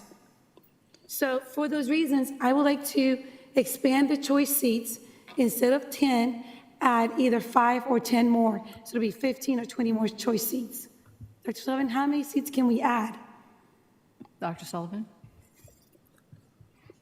Oh, we haven't discussed it, so we have our choice application going on right now. I think anything we can do to increase choice would be okay. I would, to 15 would be okay total. I wouldn't want to go much above that because you start working with class size averages. 20 would be, if you get to 20 choice seats at K through 3, that's an additional teaching position. If you get to 25, 4 through 6, it's an additional teaching position. So we try to operate within, so that 5 additional seats to make it 15 total. But I wouldn't want to do just one school. It needs to be everybody. Exactly, every school, yeah. Across This, the board. this motion is to open, to add 5 more choice seats to all the schools. But I want to add that to the amended motion that is as part of the rezoning aspect, that we open up choice seats and add 5 more. Do you got? Yeah, I agree. Okay, we're gonna vote on the amendment first, yeah. So, do y'all understand the amendment that Ms. Rosales just spoke? Adding Because I 15 understand- choice seats? 5. At 15, makes 15 total. Just 15 the total, yeah. compromise is the 5, since if we add 20, we have to add new teachers, and that's not a budgeted item. I get that, so to the compromise with 15 seats, and that will give more chances for students to get a seat at Blackman Middle School. So I'd like to add that. Okay, let's vote on the amendment, could you? Madam Chair, we don't have, yeah. Do I have a second? Can someone have a second on my amendment? I'll second it. Mr. Tidwell, I thought. Are you seconded? I didn't have, I was just going to do a point of order to make sure we get a second before we move forward. Mr. Vaughn, are you seconding? Yes, ma'am. Okay. Could you do a roll call on adding 5 extra choice seats Hey, for all the middle schools? well, hang on. This seems like a curveball right here. This seems like a huge budgetary item, and I'm a little nervous about it. I'm looking at staff, and I'm looking back and forth. I appreciate what Ms. Rosales is trying to do, but I almost think we're jumping in pretty deep right here pretty quick. Is there any way we could postpone this and get some feedback data or something? You know, I don't, you do this across the district. We're talking about, you're talking about 50 schools, right? Correct. 5 seats in each school, that's 250 kids, Correct. right? Yes. That's a lot of teachers. It appears to me. We cannot delay, unfortunately. We have to publish open seats for 30 days. Oh, okay. So our That's the dilemma. Yes, our deadline's January 31st, and so this is our next meeting before that. Do we have to do the same thing at every school? I would recommend it because it's fair. Okay. That's the way we have The always. fairness doctrine. It's the way we've operated. Every Okay. school gets seats. Now, not all of our schools utilize all of their seats. And I appreciate what Ms. Rosales is doing, because I think it's imperative there for the Blackman Middle School to do it, but is it necessary to do it everywhere else? That's the reason I'm kind of questioning this just a little bit. That it seems like we're kind of throwing the baby out with the bathwater, if that makes any sense, to try to accomplish this. Right. Okay. I would recommend everybody compared to nobody, or just one or two. I get it. Yeah, I can see that. You're daddy to everybody, so to speak. Do we just want to make it where there's, if needed, is that the way we want to add that to it? Are the choice seats always used up? No. So they will not be equally distributed once the applications come in. Not every school, it won't wash out equally. Point of clarification, I'm looking at Dr. Sullivan.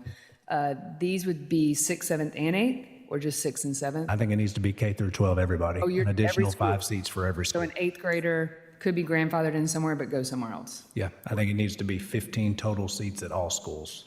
We have 10 total seats at every school right now. It needs to be 15 would be mine. Including Stewart's Creek Elementary. Yep, including Stewart's Creek Elementary, yep. Okay. Dr. Sullivan, just on the timeline portion, Mr. McCann, or Dr. McCann and I discussed this just a second ago. The law requires that just so you all understand the timeline, we have to advertise the number of open seats for a minimum of 2 weeks and then take applications for 30 days. So you're looking at 45 days total. So the board would need to take action tonight if it wants to do this, so that we can change the advertising tomorrow on our website and things like that, so that they have those 15 day or 14 days plus the 30 for application. Correct, Dr. McCann? Yeah. Because we already have the 10 posted. I'm bringing that up because someone mentioned possibly delaying it. Yes. Yeah. But not criticizing that. Just want to make sure you know about the 2 weeks. Yep. Sharp, I'm sorry, Ms. Sharp had her hand up. Thank you, Madam Chair. And Mr. Harvey and then Mr. Tidwell, and then Mr. Vaught, if you have something to say, you'll be third. I may have just jumped ahead of Ms. Darby, but she's probably going to say, because I think we had asked for some more choice seats for Stewart's Creek because we had some students that wanted to be in the choir and they were being rezoned. So I'll leave the rest of it out there because you can address it. Can I respond? Yes. These have to be completely lottery driven, so they can't be any type. We have looked at that for choir and band and those different types of things, but those are completely separate. This has to be lottery driven by state law. So we would need to open them up as a fine arts type academy, which I would definitely not recommend. Please do not do tonight, please. Ms. Darby, and hold that thought, Mr. Vaughn. Ms. Darby. Dr. Sullivan, I'm going to ask you about Eagleville. Yes. Our sweet little outlier that's in its world all by itself, tends to have more seats available than other schools and also is K through 12. Correct. Can we extend the 15 seats to each K through 5, 6 through 8, 9 through 12, each grade band, as if it was 3 separate schools. And the only reason I'm asking that at that school is because they tend to have seats anyhow. And I know when we originally started the choice seats, I did get a couple phone calls and emails about the fact that they only had 10, but they served K through 12. That one, I'm not against that at all, because the more choice that we have, definitely the better, but that one probably will have some teacher positions moved to it because it is so small. Dr. Chastain, is that kind of what you were thinking? We're already meeting next week to look at some middle school scheduling issues because of enrollment. So, each grade is very different in terms of capacity when you're looking at teaching positions. The way the lottery is run, we're not distinguishing by grade. So it's open to any grade, even if we were to do grade bands. And the openings just don't exist always where you would like them to in terms of efficiency for positions.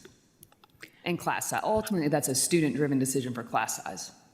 It just feels like if we're doing it across the board, to be fair, it is like 3 schools in one. So if it's 15 seats per school, for me, it makes sense to give it 15 for the 3 schools that are within the one building.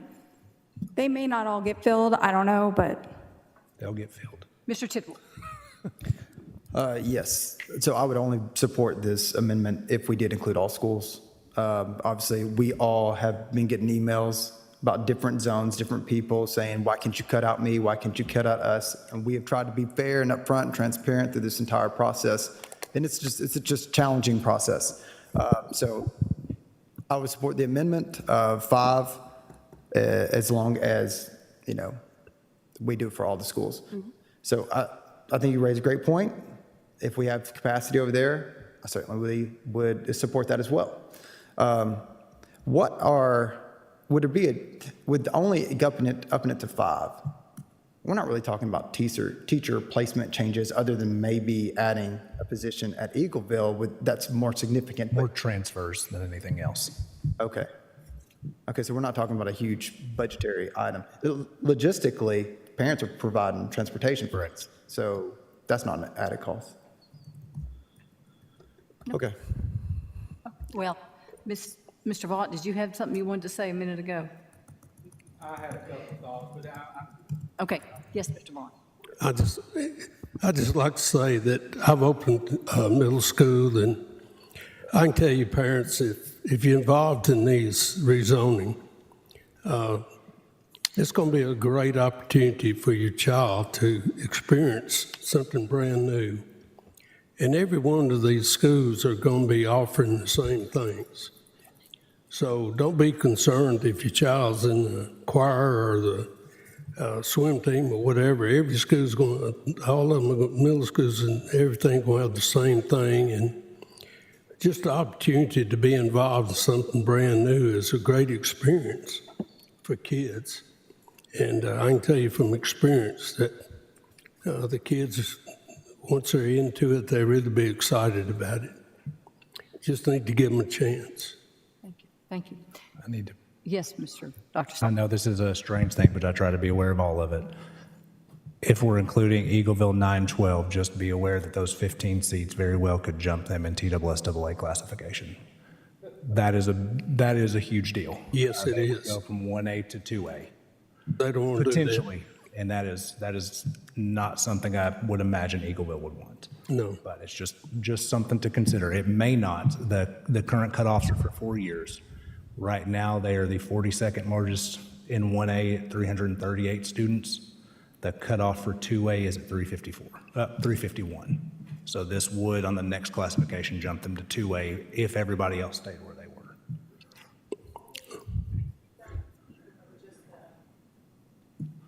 With just the 5 seats that they currently have? Shouldn't. Do they spread them that way? Is it 5 seats per, currently? Mm-mm. It's across the school K-12. And So now they that- just do the lottery for the 10 across the whole everybody. school? Yes, ma'am. Yep. Give me just a second. Let me see where basketball, baseball, and softball is. Sorry, and it's important. They definitely wouldn't want to make that change. They'd be okay in the other sports. They're at 338, and the classification for 2A in softball, baseball is at 383, but football looks like it would jump. If that's all the discussion we have, let's go ahead. Could you read Ms. Rosales' amendment? Yes, Mr. Tidwell. All right, just for clarity, I know you're about to read the amendment, but is Eagleville inside this amendment with 10 for each grade band, or are we just doing Eagleville still at 10? Are you about to clarify that? My understanding is all schools are 15 total. Is that correct? No matter what? Do we want to exempt Eagleville? I think we need to find out the parents if they want to be division, whatever that is, because they're very particular. They don't. You don't have. Yeah, so I think we just need to leave it the way it is. What? 10, 15 seats. Point of order. Dr. Sullivan, you're not saying that the 15 across the K-12 would change? No, only high school. So if we keep it It's high school related. 15 across the board for all schools, Yep.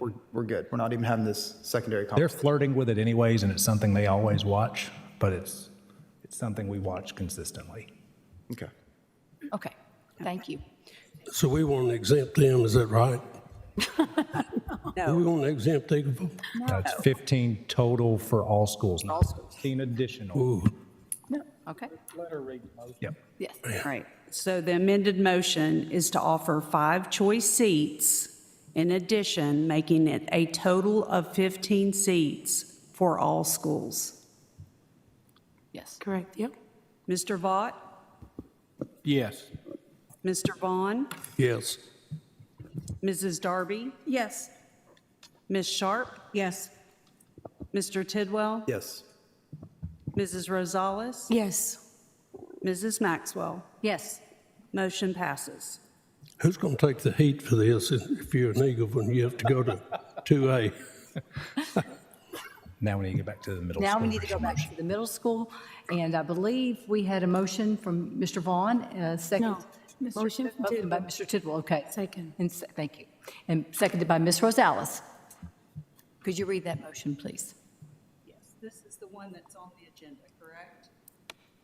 Yes. Okay. Yes, that is correct. So it's the motion to adopt concept 2 as presented and allow current 7th graders to be grandfathered into their current middle school with parent or guardian providing transportation. To qualify for the grandfather option, parents or guardians must submit the RCS form by Friday, January 16th, 2026. Okay, thank you. Do you want to? I don't think we need a roll call for this. All in favor say aye. Aye. Aye. Any opposed or abstaining? Motion passes. Ms. Maxwell, Yes. are we moving to number D now? Yes, we are. Can we go ahead and talk about it? Sure. Yes, we are. And Mr. Reed, would you mind coming up here, please? I want to speak. I'd like to have the floor, since I didn't know if we could speak or not. So this is a resolution we just discussed Tuesday night. This is a proposed resolution proposed of Mr. Tidwell. It's a proposed resolution recommending to the Tennessee General Assembly to repeal the Professional Educators Collaborative Conferencing Act, which is otherwise known as PECA. So that's the resolution you got before you tonight. Okay. Yes, Mr. Rosales. Thank you. I want to go ahead and move forward with the board not taking action on this board item. The reasons are, this is something that the state gave to the local boards. Ms. J.C. Bowman spoke, he called me and he wrote me a letter and he sent it, and I asked Ms. Dawn to make a copy of it and kind of explaining what this is, what PECA is and what that is meant, and given the history and the context of how PECA even came into fruition and was born. First of all, I just want to say that as far as NEA, Teachers Union, I am not for the NEA. I don't agree with the NEA. There's things about the NEA that I'm not in favor of, but this PECA was a result of, it's in this letter as well, that in 2011, when the General Assembly, that was a Republican-led, it was initiated by a Republican to dissolve the collective bargaining. And so in turn, they created this framework for for employees to speak to the employers. It's a way to give them a voice. It's no different than we work in any other setting or capacity, and they enter into an MOU, and in that MOU is what's drafted within the contract. If we take a motion to dissolve this, we're going to be sending a message that we are taking our teachers' voices away and not giving them the chance to come to the table and share with us what the working conditions are. If there are issues within the framework of how that was even however it became, then that should be given to the legislators to go back and fix. But as far as Rutherford County schools, we haven't had any issues in terms of how that relationship worked, not a single issue. So for us to take a stand on something that has been beneficial to our teachers, and by the way, I've actually, and I'm going to bring a little bit of politics, I've had Republican teachers that have called me and said, don't take away PECA. That is my voice and my way to speak to our employers. And the way its framework is PECA is, it involves all teachers. And it doesn't have to be a particular group to represent. They can choose within the members who they want to be represented. And also, the state of Tennessee does not forbid teachers' unions to be involved in the state of Tennessee. So this is not a union issue. So therefore, I'm making the case for this board to take no action on this matter. That's my motion. Thank you. And Mr. I'll Ryan, you seconded. I will let Mr. Tidwell speak, though.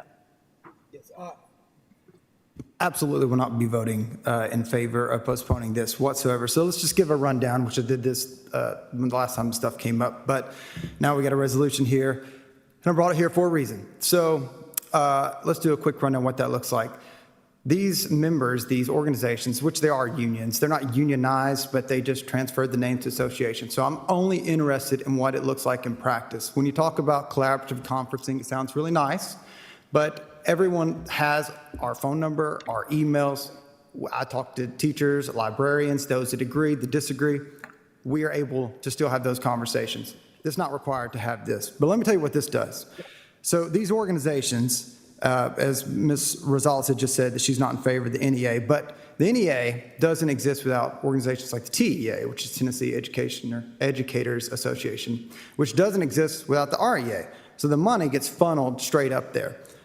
So if you are not in favor of these particular organizations, then they're still going to be able to exist outside of this, but we don't have to coordinate through this collaborative conferencing.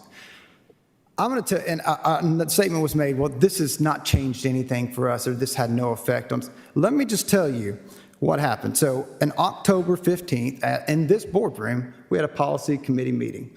At that meeting, that's October 15th, 2024, REA, under the MOU, so the actual language, I'm going to read you the language, adds language to comply with the agreement, the MOU with REA, which we were told previously that this agreement would have zero effect.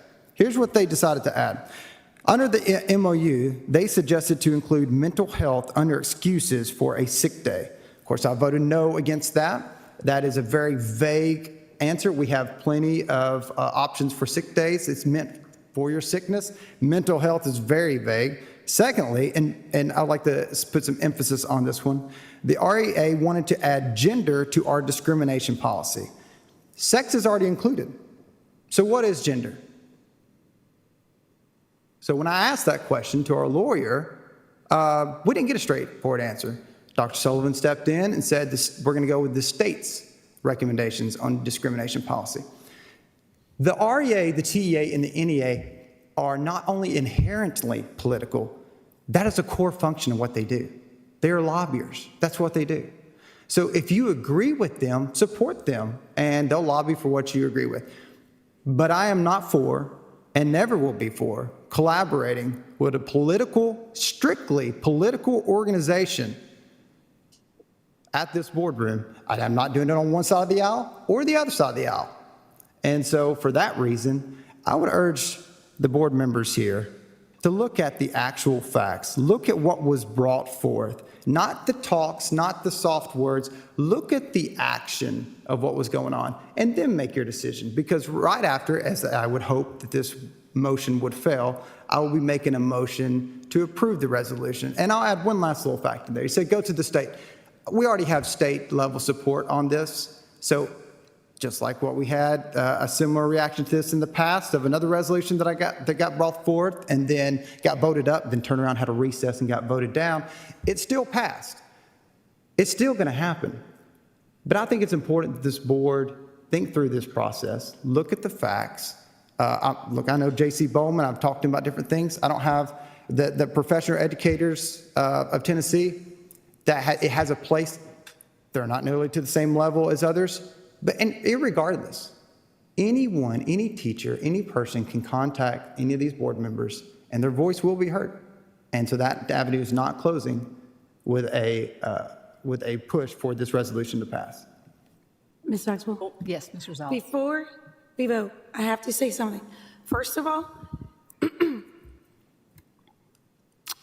when I ran on the seat, I had a different perspective of what education and our teachers did. I was not expecting my job situation to change. That was not even my peripheral.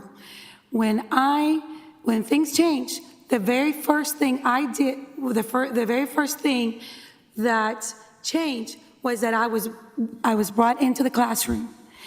When I went to the classroom, it opened my eyes to see what the teachers actually do on a day-to-day basis. And I'm going to tell you right now, the state laws and the federal laws that we have are setting our teachers to failure.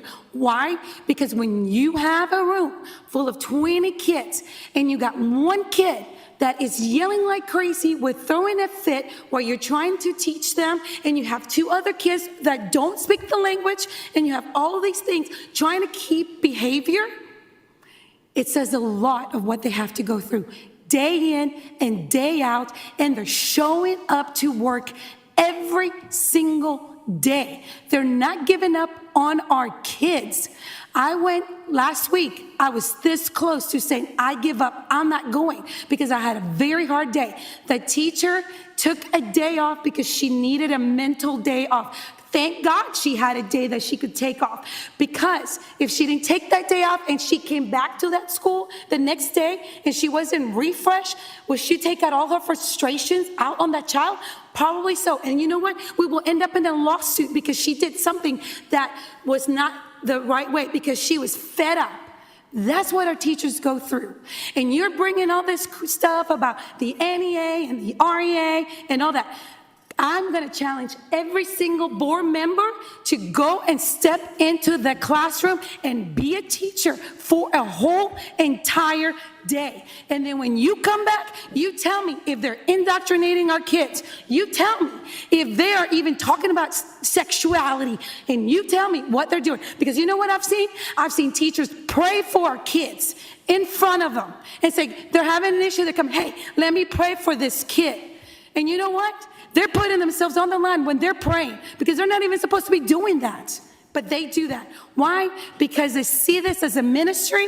They see this as something that they can give back to our kids, because they love the profession, and we don't pay them enough to take all the crap that they have to. Kids cussing at them, desks being thrown at them, kids that don't want to do the work. That's what they have to go through. And we're going to fight and argue because we gave them a mental health day so they can come back and snap on our kids because they couldn't take a break. I'm sorry. And you can run as you want and do direct mails and whatever you want to do and say that I'm supporting a teachers union. But what I do support is our educators, all of our teachers. And I will not be voting for something like that unless we have something that we can give them a voice to speak. Ms. Rosales, yes.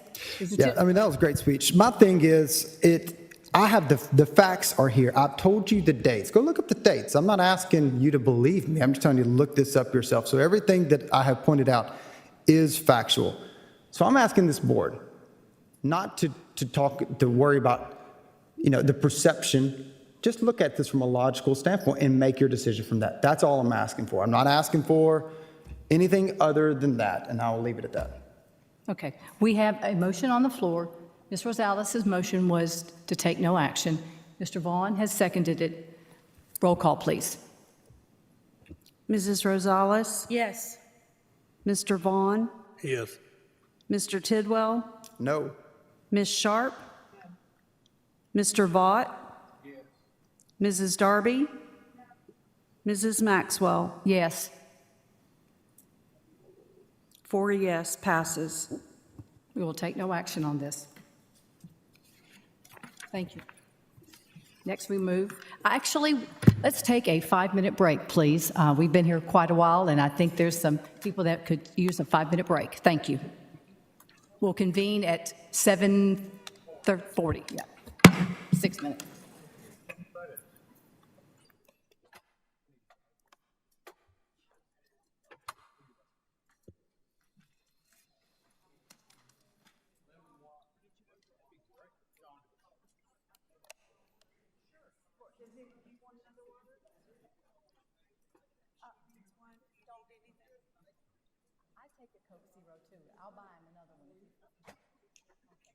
Can I get one too? That's all right. Never mind. I'm good. No.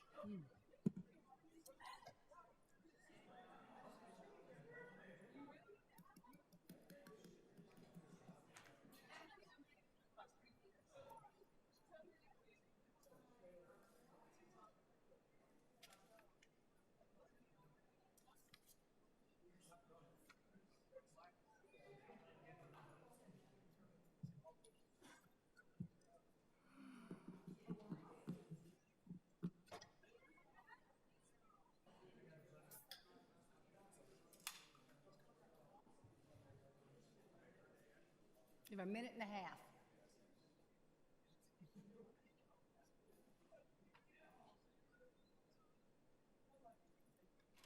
Hey, how y'all doing? Yeah.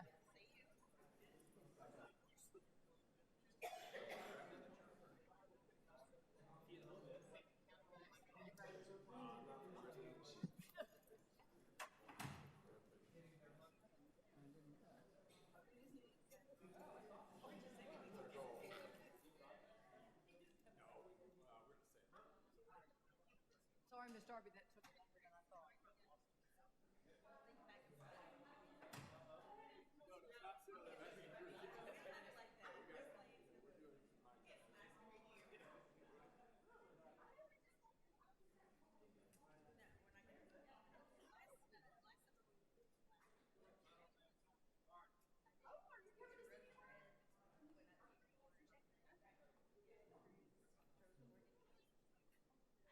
30 seconds.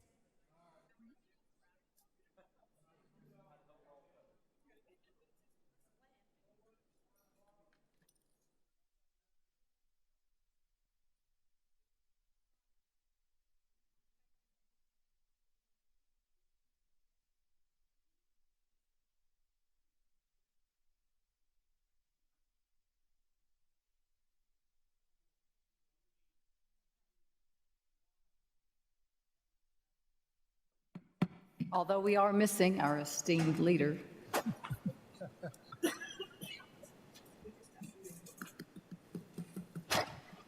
We'll give him 30 seconds to get back in his chair.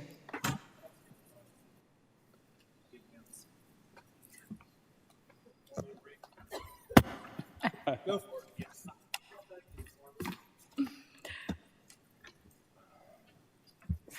And agenda item E. So we talked about this some at the work session on Tuesday. This is a potential contract for a property in Smyrna for a transition academy. School system's been looking to potentially add a transition academy on the north end of the county. A house and parcel which appears to be suitable for this has been located at 300 Maple Street in Smyrna, and a contract has been negotiated for the purchase of the property if the board likes to adopt it. The purchase price is $750,000. The contract has a 60-day inspection period and is contingent on approval of funding by the county commission. The contract terminates unless the board gives reseller written notice it is electing to proceed with the purchase of the property. The house will need to be inspected during the inspection period to confirm its suitability for the proposed use. So this property is brought to you because there was some interest by some board members in potentially buying this for a transition academy. That's why it comes to you for consideration. So it is on the market. It will be sold to us or someone else. We do have it under contract, so if we elect to approve this contract tonight, you will have a binding right to purchase this property for a period of 60 days should you elect to do it. So it doesn't obligate you to purchase the property, but it gives you the right to examine it for the next 60 days and determine whether or not you want to purchase it or not. Mr. Vaughn. And then Mr. On this house down there, it's a 2-story house, and the kids is going to be using this house.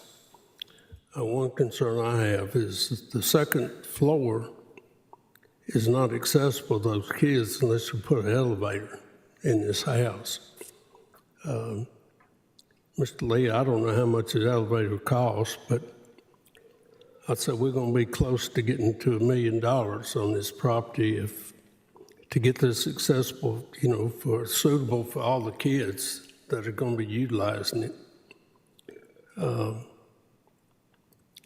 I just wonder, just from my own perspective, I truly believe we can build something that for the same amount of money to be exactly what Dr. Ross needs for the program there. And I don't know, I may be incorrect, but I just, second floor of that home couldn't be utilized by the kids unless we put an elevator in there. Mr. Tidwell? Similar line of questioning. Trey, could you go over with us, I know you said you was going to look into the numbers about what it would cost to buy new, what it would cost to build new versus buy this property? As with all property that you purchase, whether you're if you buy a home that's in a subdivision, you're paying for the local infrastructure and you're also paying for the lot. So there is some cost in here that we would not have to incur if we built on the properties that we currently own. My expertise is commercial construction, but I've got a lot of friends that are residential builders, and I've reached out to them in the last couple of days, and I've got a couple of framers that work for me, and we've looked through the numbers, and we're pretty confident that we can build, and what Dr. Ralston and I have talked about, and I did go see her. 2 years ago, she and I sat down when we had this conversation about the two pieces of property and whether, when we had that conversation with Transition Academy. So went back to see her again yesterday just to make sure she and I were on the same page. And I felt like we can build something for somewhere between $100 and $125 a square foot by owning the property. So I think that's where we would be. I like that a lot better. Dr. Ralston, a question for you. I know we kind of mentioned this briefly at the work session, but, and this, I want to involve you with this too, Trey. Now, we had talked about possibly split, there's two properties that we could put it on. I think it was Smyrna and Whitworth, right? Those are the two that Is there a need to have one at both places? And if there is, what about instead of building a large, if we're matching what we currently are looking at, which is like 4,000, a little bit over 4,000 square foot, instead of having two 4,000 square foot buildings, maybe we have, sticking with this budget, roughly 750,000, we build the largest two homes that we can build for that budget. Would that be more beneficial, or would one particular location be better than the other? The two locations would serve more kids in Rutherford County. Just because having one on the north end and the south end, we do transport our students from their school of zone to the Transition Academy. So if we are transporting to one location, the students that live the furthest away or attend, like say, Laverne to then go to the one in Murfreesboro, they're missing out on part of their day and their services through transportation. So we could serve more students if we built the smaller. Smaller on both sides. And Trey, are we within range? Yes. We would work backwards, as I call it. I back into it. We would take this budget and then we would take the designs and then we would back into it to something that functions for both places that stays inside this budget. Yeah, and look, if it's like another $50,000 more, I think to split them up and get more students involved, I think that would be something maybe this board could be open to, but that's the motion that I would lead with, is that we build in each place, so in Smyrna and Whitworth, with these numbers currently. Ms. Darby. Mr. Lee, do you have a rough idea of what additional expenses would have run if we buy that house? Because I know there was talk that a ramp would have to be put in and some other things. Just a rough, I know it's not exact, but just a rough idea. The property it's a nice property. The house itself is not very elevated, so the ramp that would be needed for there would not be, $5,000 to $10,000. Like I said, I didn't get up under it. The home does look structurally sound. It is in good shape. It's a very nice home. There's some elevation difference between the addition that was put on and the main building, but there is fairly level access from the exterior to get to it. I think that part of it would be minimal, and then after that, it would be whatever is found during the inspection, if there is any. For the neighborhood of 750 to 800,000, do you think that would be appropriate to do the two locations? It's very possible, yes, ma'am. Okay. Thank you. Ms. Maxwell? Yes, Mr. Rosales. Thank you. I just want to get clarification because this is the first time I've seen this property for sale. I didn't know we were looking for property for Transition Academy. Second of all, to my knowledge, the board hasn't gone on a tour to look at it.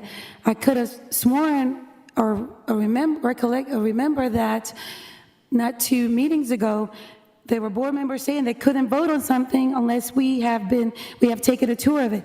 We haven't been invited to take a tour of this property. I don't know what this property looks like. I'm not sure who negotiated this price either, $750,000. I also don't know who brought this property to us, how it came into being, who the owners are, I heard that the owners wanted to give it to the schools, but I'm like, well, if they want to give it, why can't they just donate it? That can save us money. So I have a lot of questions and concerns about this. So I just want to know more information of how this came into being. Why am I seeing this right now? Why we haven't been asked to go take a tour of the house? If we couldn't vote on 5 houses for McFadden a few weeks ago, why are we voting on something we haven't even looked? I personally have not been asked to come and tour the school or been invited to tour the school, to the school. And I didn't even know this school, I didn't even know this house was something that the board was even going to entertain to buy. Well, you take it, Ms. Shar. I was going to. First of all, you had Tuesday night to ask for a tour, and we've talked recently about, we've talked for the last 5 years about finding something for Transition Academy. We had already voted to build something on the existing land. When this property became available, I called Madam Chair. She came out and looked at it. She loved it. She called Dr. Ralston. She came out and loved it. And then she called Trey Lee. The thing about this property is it really is turnkey because it was a school before. And there's no issue with the elevator, Mr. Vaughn, because they're going to use the upstairs for, if the board approves, they're going to use the upstairs for administrative offices. So it's going to give us some more room here in the central office for other people to move in the central office or expand more room. Mr. Reed, from what I understand, is the one that negotiated the contract because it was listed for more. Sometimes property just comes available and they reach out to you. It was our understanding, this gentleman, he wanted this property in memory of his wife to be a school, and they reached out to us. And I appreciate going out and looking at it, and it is a great property. Obviously, it's something very important to me. I have been on this board since 2020 talking about we need another location. I'm not exactly sure that when we negotiated the lease at MTSU, that anybody on the board ever went out and looked at that property before they did that. No. Nobody. So if you don't want to do it, I understand, but we need to do something because too many kids every year are being denied this opportunity, and our SPED population is only growing and getting larger. And my enthusiasm in this property was when Ms. Ralston and Mr. Lee said, yeah, this looks like it's in pretty good shape, I knew it could work for us very quickly. This is almost turnkey. With some minor improvements to it, we could be up and running and have a North End Transition Academy this fall. Any other way we do this, we're not going to be that ready. If we can build 2 schools, that's great.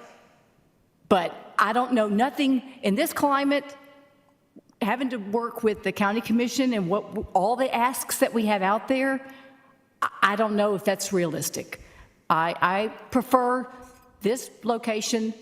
It's perfect, this building, but I'll do what the will of the board is. But I urge you to take a look at this property and see if we can make this work, because I don't know if we'll ever get this opportunity again.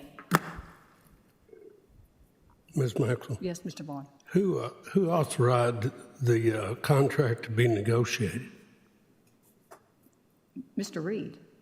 But I mean, Property is brought to us, and we take it to Mr. Reed, exactly what we did. Madam Chair. Yes, Mr. But Darby. it's my understanding it needs to be board approval before it's negotiated, correct?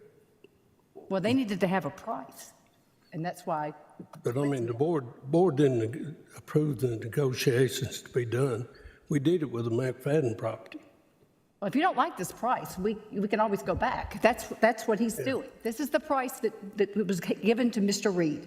No, I'm not talking about that. I'm just talking about who authorized the negotiations of the contract. I did. As chair, I did. Yes, Ms. Darby. Just a point of clarification. The board voted to allow Mr. Reed to do negotiations on the McFadden properties, which is where that whole issue went sideways. second point of clarification, we are not supposed to be taking action unless the board votes on something. So the chair can't take action on their own. It has to be a board vote. Regardless, this was something we talked about with the land. Mr. Lee and I had met a couple years ago and went over all of our properties and what extra land we had and what we could possibly use them for, which is, I believe, how the conversation came about for Smyrna and Whitworth for the transition academies. We were just waiting. I kept being told we didn't have funding to build them. So if we're saying we now feel it's a good time, which it probably is, because I don't know that things are getting any less expensive, I think it will probably look better to the commission and a better use of our funds to be able to build 2 of these and eliminate the lease in Murfreesboro, because then we'll be saving that money. So with that, I would like to make a motion to approve the $750,000 to begin building both a North and South Transition Academy on Smyrna and Whitworth. Do I have a second? I would like to second the motion I made earlier. Oh, sorry. That's good. That's good. Yes, Ms. Sharp. First of all, if we want to go back to who's authorized things, Madam Chair authorized Mr. Vaughn here to negotiate the contracts with our bus drivers. She also, the board voted to have Mr. Reed to negotiate the contracts of the McFadden properties, but Mr. Vaughn negotiated those. So there's precedent here with both sides. And we're not going to be able to find in our build, Mr. Lee, no disrespect to you, but you can't even buy a house these days for what this house is selling for, that's over 4,000 square foot. It's less than it's less than $200 a square foot. You can't buy it. You can't buy a house that's already ADA compliant. Go look at Smyrna Middle School where they had to rip the stoves out because they weren't ADA compliant, and how much that costs for the architects to draw. Ms. Maxwell? Yes, Mr. Rosales. I just want to make a point that this property, the board has not been asked to go look at the property. There were some board members that spoke during the McFadden, said they could not vote on something if they had not taken a tour. And now we're asked to vote on something where the board has not been asked to tour the location of what we're about to say. We're going to enter into a contract agreement for $750,000. Since I've been on the board, the way that we've done this is that we as a board, collective board, authorize Mr. Reed to be our talking person, representation, to talk to the owner, and then he comes before us and brings us a contract. This hasn't happened. The McFadden conversation that everyone's bringing up, the board already had voted and authorized Mr. Reed. Mr. Reed also has the authority to also make a decision on behalf of the board if he wants to give the work to someone else. He does that all the time when it comes for his cases, when he represents us for work. You know what? I know you're going to do a point of order because you don't want me to give this information to say that we're being hypocritical in doing this type of transaction of this voting, knowingly that when we did a McFadden, there were board members that couldn't vote on this. Point forward. Yes. Listen, Doesn't matter, but it's stated and clear. Listen, you can say that all you want to, but Stan Vault does not work for Jeff Reed. Jeff Reed does have authority to give people in his law firm other cases. He does not have the authority to give it to Stan Vault. Stan Vault was the one that negotiated that contract at McFadden. Listen, this is ridiculous. I vote right now just to rescind it, just pull it. We don't deserve a nice piece of property like this.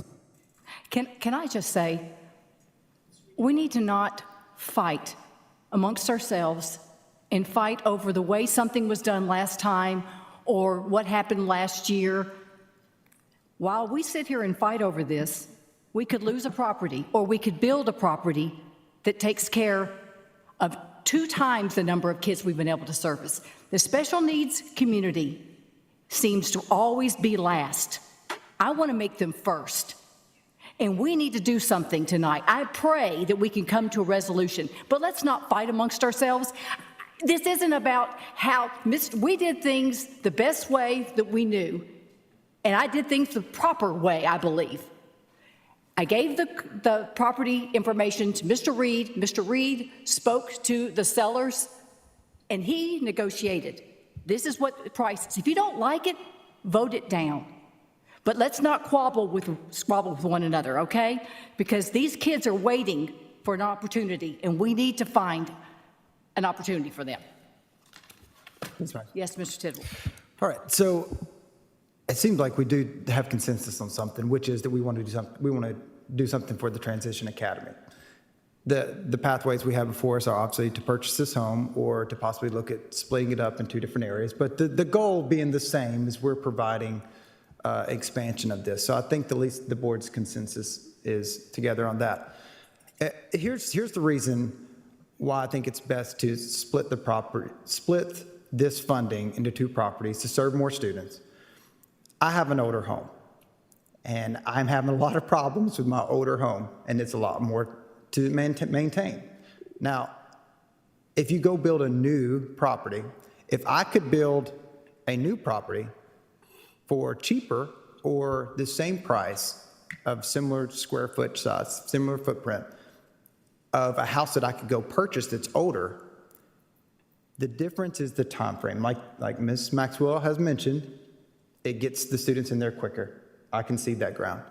Over the long term, I still think it's going to be more beneficial to do it our way if we can do it, since we have the ability to do so. If we were having to go out and spend a lot more money to make that happen in a new construction way, that would be different.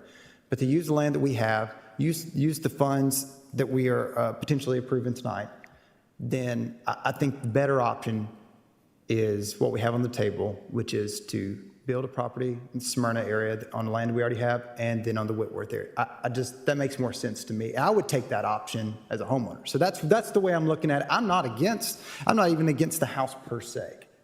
I looked at this from an efficiency standpoint the whole time. So I didn't feel a need to go check out the house when I know, based on the footage, we can do it better our way and split it in two under the same fund. So that's kind of where I'm at. I just wanted to kind of share that. Okay. I Yes, agree. Mr. Vaughn. I agree. Okay, so, yes, Mr. Vaught. I'm going to try to isolate all this or get us maybe focused just a little bit. The biggest question I've got is, what is the potential? In other words, how many students in an ideal world do you think we could serve? What is our population? I know you have been limited, and I know that's what Claire has been concerned about, and I appreciate her passion in all of this. But realistically, in our population of 52,000 kids, how many could we serve, or do we need to serve? Yes, we need to serve lots. Or could we serve, I guess? Right, sure. So if we build two properties at roughly about 2,500, is that right? 2,500 square feet, we could serve 16 to 20 kids at each property. We could go up to, say, 25. We just have to add an extra staff member to assist with that. At the property that you guys are looking at Smyrna, because we would use mostly the first floor, it would be roughly about that 20-person limit on there. So the program ideally is built for 20 to 25 students, no more. Currently, we have 12 because the property we're renting off MTSU's campus has very small rooms. Right. And so it's just too much. When you get close to 15, it becomes just an overcrowded mess. That's a limitation of that building. Yes, sir. Okay, so if you were, in the wildest dreams here, want to do something that would really function well for the students you're going to serve, is that a house structure? Is it laid out like a house, or is it laid out more like a school, or is it a combination? I can remember when Oakland and Riverdale were built, and actually when Central was here, my mother was a home economics teacher. And there was a kitchen, and there was a planning area, and there was a sewing area, and I can remember those distinct qualities that were built into that program in that area that helped those teachers be able to function better. And I know this is a very specific student population, so that's really, I'm trying to get my head around this and see if we can't come to some kind of compromise, as Claire said. What is the best avenue forward? Does it need to be laid out like a house, or is it a combination of a house and a classroom? It's exactly what you're talking about as far as what you experienced with home economics and things like that. It would be a larger kitchen, so you could get 4 to 5 students and a teacher in the kitchen to meal prep. It's large spaces for meetings, for classrooms. They do a lot of budgeting, so we need to have places for that. And then large eating areas where the kids can actually meet together, eat, learn how to sit around a table, and then large space outside in order to pull our smaller buses and our vans up to where we're not having to drop our kids off and park off site. We can actually park there. So in the ideal world, a new construction would work good. I think, and I'm going to go back and say this, I think Claire's passion is she sees that this is a very underserved student population, and we could get there pretty fast.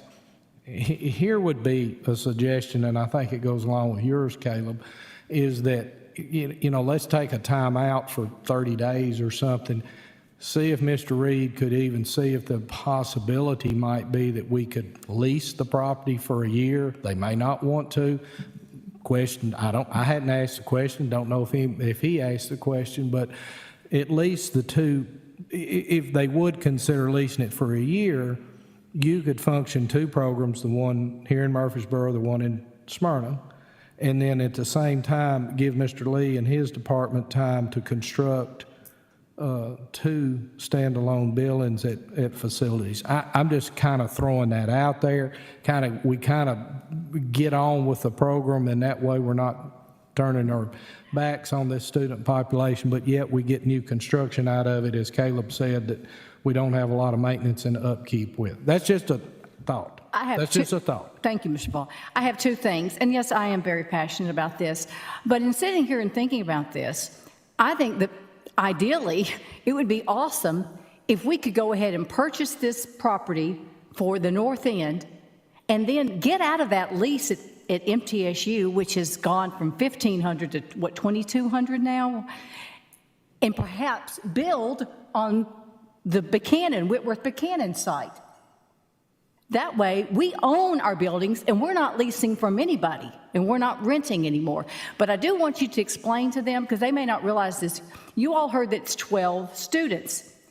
It's a 2-year program. It's not 12 students per year. I just talked to Dyson Massengill yesterday. Guess how many kids get to come next year? 5. Out of all of our high schools, 5. So could you explain how that works to them, please? Sure. So right now, the Transition Academy functions as a 2-year program. Students have to go through a work-based learning class in their high school. They have to complete that successfully for a year. Then they can apply for that program. Several of our kids go to Transition Academy for 1 year and then will go to Project Search, which is our program at the embassy. But some kids decide to stay at Transition Academy just to learn more about the community, how to function in the community, things like that, what's open to them there. And going to Project Search, and where the focus is really getting that job, is just not for them at this point. And so when we open up spaces at Transition Academy, we do take all the referrals. We will interview everybody, look at everybody's application, and then that certain few are chosen for the Transition Academy, and then we have students who are chosen. Project Search is a 1-year program. Thank you. So. Yes, Ms. Sharp. So a little bit explanation, what's at this property. There are 4 big rooms. There are 2 kitchens, one's of a commercial kitchen. There's also a room beyond the commercial kitchen that's probably about the size of a double-car garage. That's just a big space, so that could be used for the lunches, that could be used for the classrooms and everything. Listen, I wasn't looking for this. We've had that on the back burner, but when this came up, it's truly perfect for Transition Academy, and it will allow us to get more students in the program. So, Okay. Yes, Mr. Okay. How many teachers are going to be down there? At the property and Yeah. at How this many would property, you need? How many would you need down there? for 20-ish students, we would Yeah. need 1 teacher and 3 EAs, possibly 4 if we added some, students with some higher needs. Would you need that whole second floor just for administrative offices? That's what we talked about using it for, because it wouldn't be accessible as far as a classroom goes at this I mean, to me, it just seems like it'd make a lot more sense to use this money to be able to build to, as to buy something like this and not be able to use but half of it for the kids. I mean, I don't know how much room. I wouldn't think you'd need a whole second floor for administrative offices. Yes, Mr. Archibald. Just so everyone's aware, we do not have money budgeted for this. So the process and timeline, so everyone knows, regardless if we buy this property or choose to build it ourselves, we would need to do an amendment to take funding out of, and it can be separate from, I believe it was Mr. Darby's motion. It can be separate, but at some point we'll need a motion to, it'd probably be in January, motion to put $750,000 or this funding for this property out of unassigned fund balance and put it into Fund 189 for the purchase, because this is not budgeted. So we would have to take from our board to Health and Ed to budget to the full commission. So you're looking at February before funding could be approved. Either way. Ms. Maxwell, Yes, Mr. Tidwell. and what's the timeline on building? Say, Trey, this board moves forward with building 2 new buildings. Design, timeframe, what are you thinking? 18 months, 12 months? Are these, how's that work? Different. It's different, obviously, than commercial and some of the requirements. It'd be between the 12 and the 18. Okay. Well, I thank you. I support the motion. I'm still good with going forward with 2 buildings separately, giving Trey the freedom to start working on those designs under this funding. And of course, the process has to happen no matter what, the way that it's designed. But I would support that for these students. Okay, so we have a motion to, and then we, did you have a motion as well, or did you just second? Okay. Well, I was going to say, Mr. Tidwell made the motion first, which was the same one that Mrs. Darby made, so it would be. I'll second hers, yeah. Okay, thank you. Okay, just go ahead and roll call, please. Can we Do y'all read want me to read it again? Please read. Yeah. Okay. The motion is to build a transition academy on current properties at both, is that Smyrna High? Middle. Smyrna Middle. And Whitworth Buchanan with a budget of $750,000. Okay. Once approved, do you want me to add that? Once approved, yeah. Once approved. Okay. All right. Mrs. Darby? Yes. Mr. Vaught? Yes. Mrs. Rosales? Yes. Mr. Vaughn? Yes. Mr. Tidwell? Yes. Ms. Sharp? Mrs. Maxwell? Yes, and I pray we can get it approved. All right, passes. All right. Can we go ahead and make that motion to put that money in that account tonight? I will need a lot of accounting codes before we can do that. Okay. Next, we move on to safety. So the board went into executive session to discuss this the other day. So this is a mapping project to meet the requirements of TCA 49-680-8054. Motion to approve the mapping project request as presented, and it'll be funding out of Safe Schools. So move. Second. All in favor say aye. Aye. Any opposed? Motion passes. Next, instruction. This is Orton Gillingham training for Title I schools for the spring, and this motion is to utilize Title I funds for Orton Gillingham training in the fall at a cost not to exceed $89,112.50. The cost is inclusive of training materials, on-site consultant, and travel costs. So moved. Second. Second. Thank you, Mr. Vaught. Thank you, Ms. Darby. All in favor say aye. Aye. Any opposed? Motion passes. Next, we have Nova Smart Academy. This is the Nova Smart Academy K-8 agreement in accordance with Board Policy 1.902. An agreement has been drafted between Rutherford County Schools and Nova Smart Academy. The exhibits of this agreement include the RCS Performance Framework, pre-opening checklist detailing the school's responsibilities prior to their first year serving students, and a list of approved waivers from the Tennessee Department of Education. Just as a note, this charter application is previously approved by the school board and will be viewed in its entirety on our website. So we need a motion to hopefully approve their agreement. Thank you, Ms. Sharp. Do we have a second? Second. Thank you, Ms. Darby. Question, Dawn, when you sent out the agenda, that was a lot of it, wasn't it? That whole application?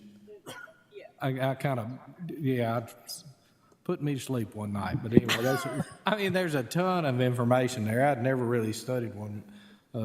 Dr. Gain, there's a lot to it. Anyway, thank you. Okay. All in favor say aye. Aye. Any opposed? Motion passes.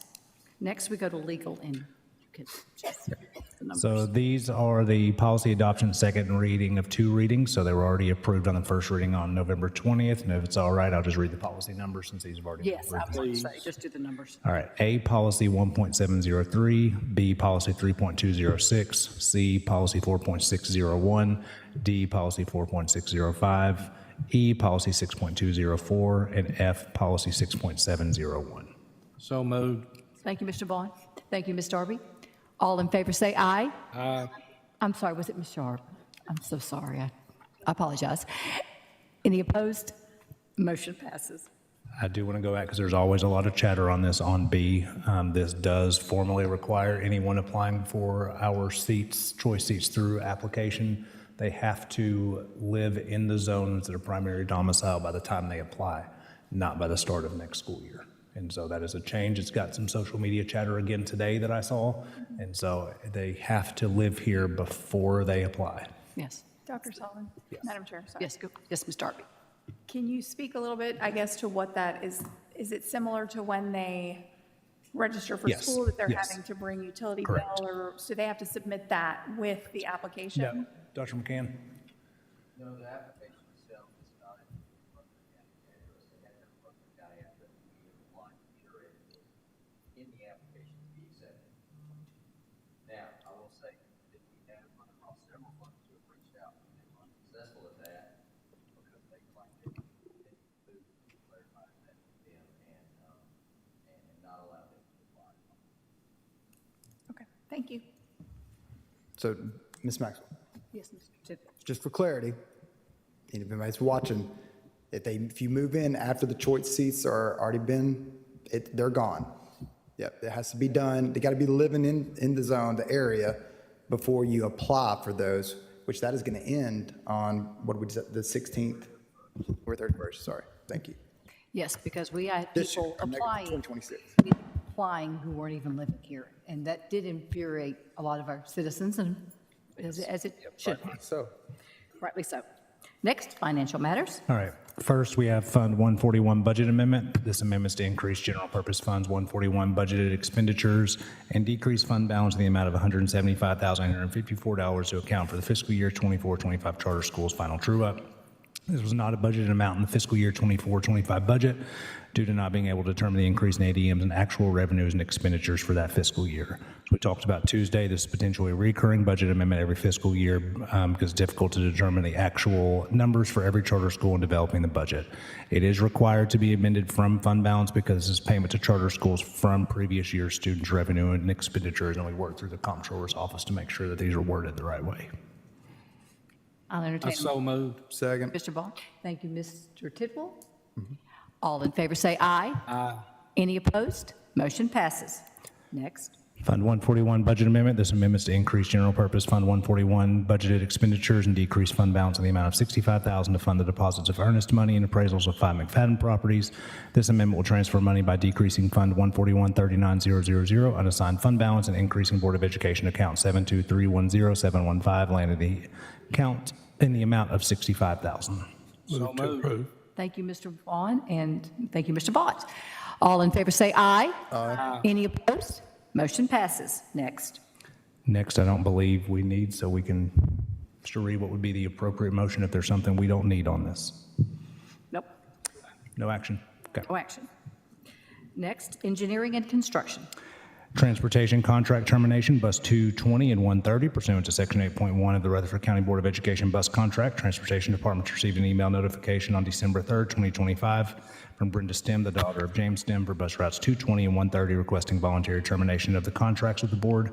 Based on previous board approval, there would be a return of insurance stipend funding for insurance to RCS for both routes. The board attorney will be requesting to notify the estate of this requirement. So moved. Thank you, Mr. Vaught. Second. Thank you, Mr. Vaughn. But I want to clarify something there. I know we probably should, but I'm a little reluctant to pile that on that estate. Anytime you go through that, we're talking probably less than $4,000. So, and I probably should have included this in my original motion. So I hate to put that burden back on the Stem family. I really do. I don't know if that's fair, that's right. I just feel like, you know, he's been a contractor here an extremely long time, and, you know, clawing back that money at this time in their life, I don't feel good about it. So I kind of want to amend my motion right now to say that we don't go after the insurance money because we're halfway through, but I'm reluctant because does that set precedent with everybody else? If you understand what I mean. So it could be the fact that Mr. Reed, you know, if he negotiates with the estate, if the estate doesn't have the money, then we can't claw it back. So it may be better handled that way as opposed to. I'm thinking out loud if y'all are not following me right now. Ms. Maxwell. Okay? Ms. Maxwell. I'm trying to get the rest of you engaged here just a second. Yes, Mr. Tidwell.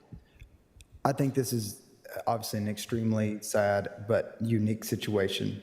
I don't know if there's a carve-out in there for such a circumstance, but certainly I understand where Mr. Vaught's coming from, and I'm in agreement with the position. We wouldn't want it to set precedent for other situations, but if we were comparing the situation, another situation that would set precedent for is someone passing away during the service.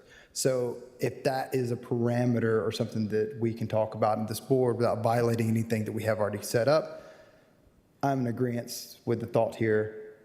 I think that is not a good look or good move from the board to go after someone who has spent so many years of service in our communities.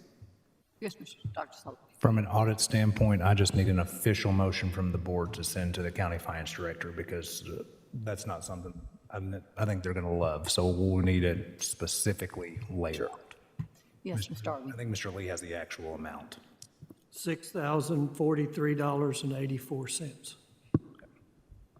Yes, Ms. Darby. I think it's possible to probably put something, I know it's in there that they have to pay it back if they end early, but could we not put the caveat in there unless due to death or extreme sickness? I mean, I'm sure there's a way legally, Mr. Reed, maybe that we could word it that would be appropriate, but not set precedents for any and every little scenario.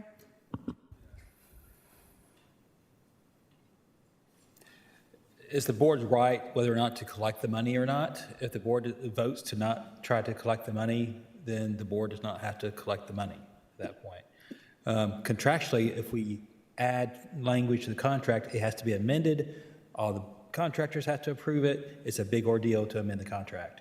So if the board, if the will of the board is to not collect it, the board needs to vote to not pursue collection of the prorated insurance in this case. Ms. Maxwell. Yes, Mr. Tidwell. So for clarity's sake, you're saying there's not really a route without having precedent for every other contract? to Without, adjust this particular certain circumstance?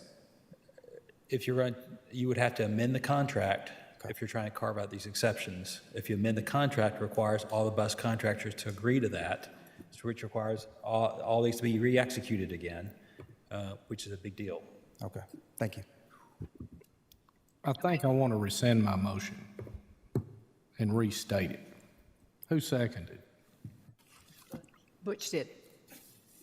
I'd like to restate it by saying this: we accept the termination of those two contracts, but do not go after the insurance stipend in this particular case. I'll second that. Thank you, Mr. Vaughn. Can we legally do that? Yes. Okay, okay. Okay, Ms. Maxwell, Yeah, Ms. Sidwell. just based off what you just said, would we, in other cases where we are going after the insurance money, are we setting ourselves up for some type of situation? The contract says if you deem to not enforce your rights with respect to a particular contractor for whatever reason, it does not deem itself to be a duty of the board to do that in other cases.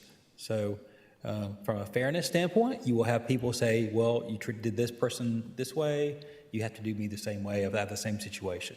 So from a legal standpoint, it does not create problems. From a fairness standpoint, you could have someone saying, who's in a similar situation, asking for the same benefit that you've afforded this family.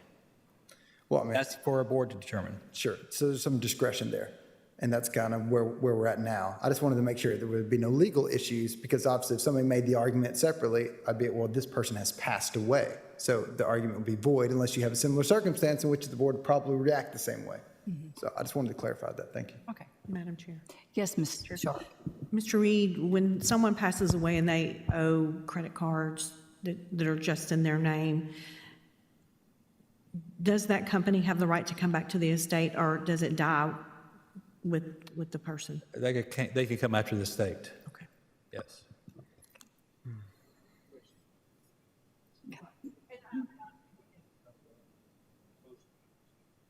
So this is a unique circumstance. So we have a motion from Mr. Vaught, and the change is that we do not pursue or claw back the money. Yes, please. And was that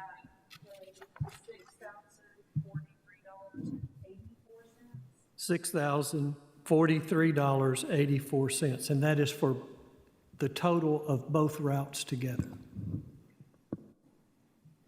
Okay. Okay. Could you read the motion one more time? Yes. Okay.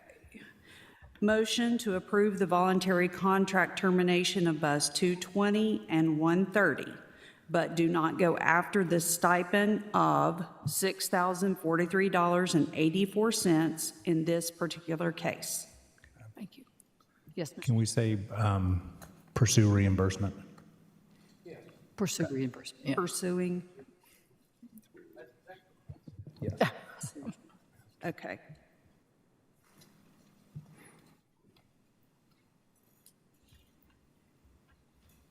All right. Okay. I think we can just do a, all in favor say aye. Aye. Any opposed? Abstain? Okay, motion passes. Thank y'all. That's a level of It's the human right thing to do. understanding and It's the kindness. right thing to do. Okay. All right, we have a central magnet bench request, and so engineering construction has reviewed the request and it has no objection. The project's being donated by MTSU School of Concrete and Construction. Move to approve. Thank you, Mr. Vaughn. Second. Thank you, Mr. Vaughn, Ms. Darby. All in favor say aye. Aye. Any opposed?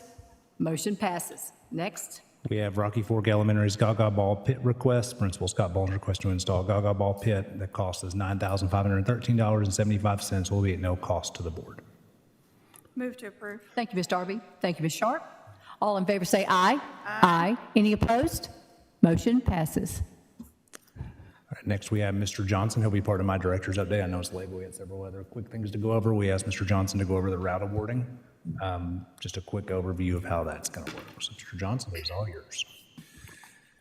Good evening, everyone. For the sake of time, I want to, first of all, answer a question that was asked last night. Not last night, but the first night we were here Tuesday. The question was, how many open routes do we have? 0. The sped route that had been open since August was picked up, so we have 0 open routes. I have all of the documents that I needed to receive from those 2 drivers on the route updates. So that is taken care of as well. So we don't have to worry about closing any, not providing any checks to those folks. I want to state that first of all. Secondly, I've given you all some handouts, and so I'm not going to go through the bubble chart step by step, but I do want to say this, that the system is designed for 3 things: equal opportunity, transparent documentation, consistent decision-making. There was a perception by many of the drivers, and that perception was that we weren't spinning the wheel, we were deciding who we wanted to give it to, we were kind of throwing mud against the wall, and if it stuck and someone's name came up, that's who we would award it to. That is not true. Everybody has an opportunity, an equal, fair opportunity to compete for these routes. So without going through this is the policy 3.400 in the student transportation management. I put that up on pages 3 and 4, so you might want to read it. You probably already know it, but I want to highlight a couple of things. You want to put it up about this. When a route is announced to be open, a notification goes out to the public, all of the drivers. And those drivers give an intent. They have to submit an application saying, I would like to compete for that particular route. Their name is added to the picker wheel, and then their name is randomly selected. Once their name is selected, they have a choice to make. Do I want to accept the route, or do I not want to accept the route? If they decide to not accept the route, their name is removed from the list, and we go back to the wheel again and spin it again. If they decide to accept the route, they must provide us 2 things within 24 hours. They must provide us with a VIN number of a bus so that we know that they have a vehicle, and they must have an active driver. They cannot come and say, hey, Mr. Johnson, I have a driver who's interested, but his background investigation has not been completed. Can you give me time? My answer will always be no, I cannot do that. Why? Because we don't know how long a background investigation will last. And secondly, every day that route is open is a day that we've got to find ways to make up for it, and it causes chaos. So we're very, very particular about making sure that they have a VIN and a driver. How do we make sure of that? We call them first and ask before we even put them on the spin, because it doesn't make sense to put them on and they don't have it. And then if they say they do, then we put them on the spin. But once they accept it, we still want them to come in and sign an affidavit saying, I have a VIN and I have a driver.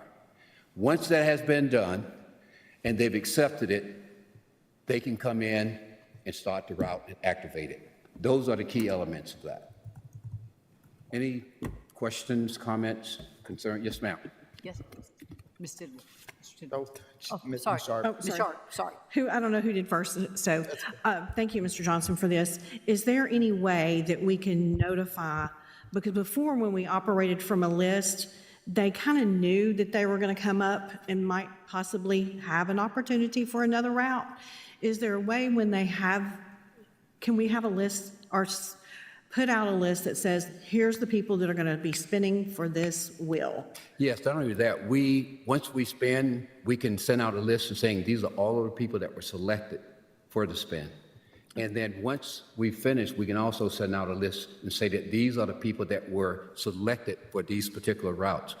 Why that is important? It's important because if they are in a particular geographical area or location where other buses are, and those buses know that you've accepted that route and they need help, they know who to call. And one more thing, because I had a couple of calls from bus drivers about spinning the wheel and everything when no one's there. And I understand everybody can't come here to the central office. Is there any way that you could do a Zoom? Yes, ma'am. The way that we're going to do that, for security, again, there was no trust, there was distrust in the drivers about spinning the wheel. So what we would do is we have assigned this task to one of our lead routers. Someone will always be in the room with her, whether it would be myself, it might be the superintendent, and take a picture. Once the wheel stops, a picture is taken of who that driver is. So if anybody wants to know if it was fair, we would send them that picture or send them the video. And they'll be time-stamped. Yes, ma'am. Thank you. Timestamp. Thank you so much. And we're logging all of that. Time, place, witnesses, and with the photo. Okay, thank you. Mr. Johnson, I appreciate this. This is very clear, straightforward. I love the flow chart. It's easy for us to send back because we get a lot of questions about that.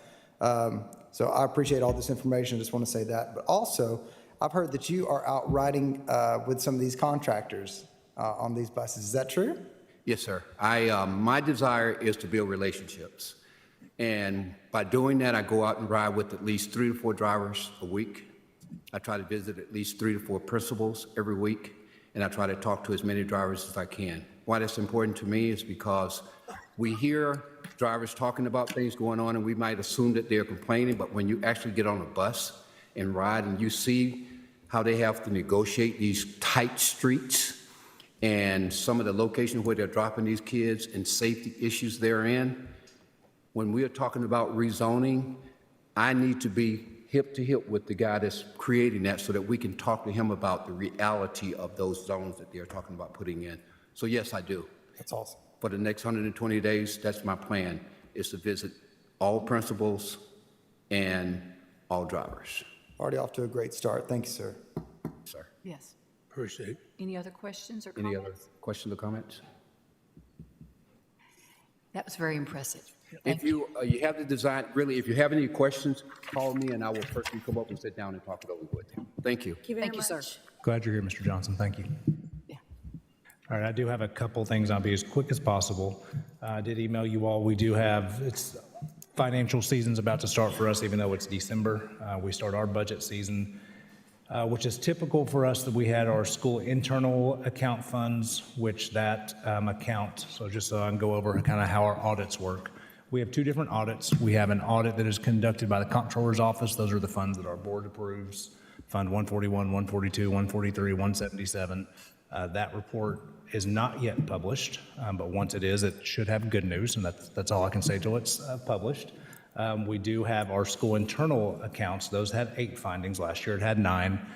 You never want findings, but we do hire a third-party CPA to try and find anything and everything they can. That's what their job is. They are auditing our schools, auditing our books to make sure that the things at the school level. So if you look at those documents, it's published at the Comptroller's website. It's things that is not signing, the wrong person signed a packing slip. I mean, but it's 52 schools.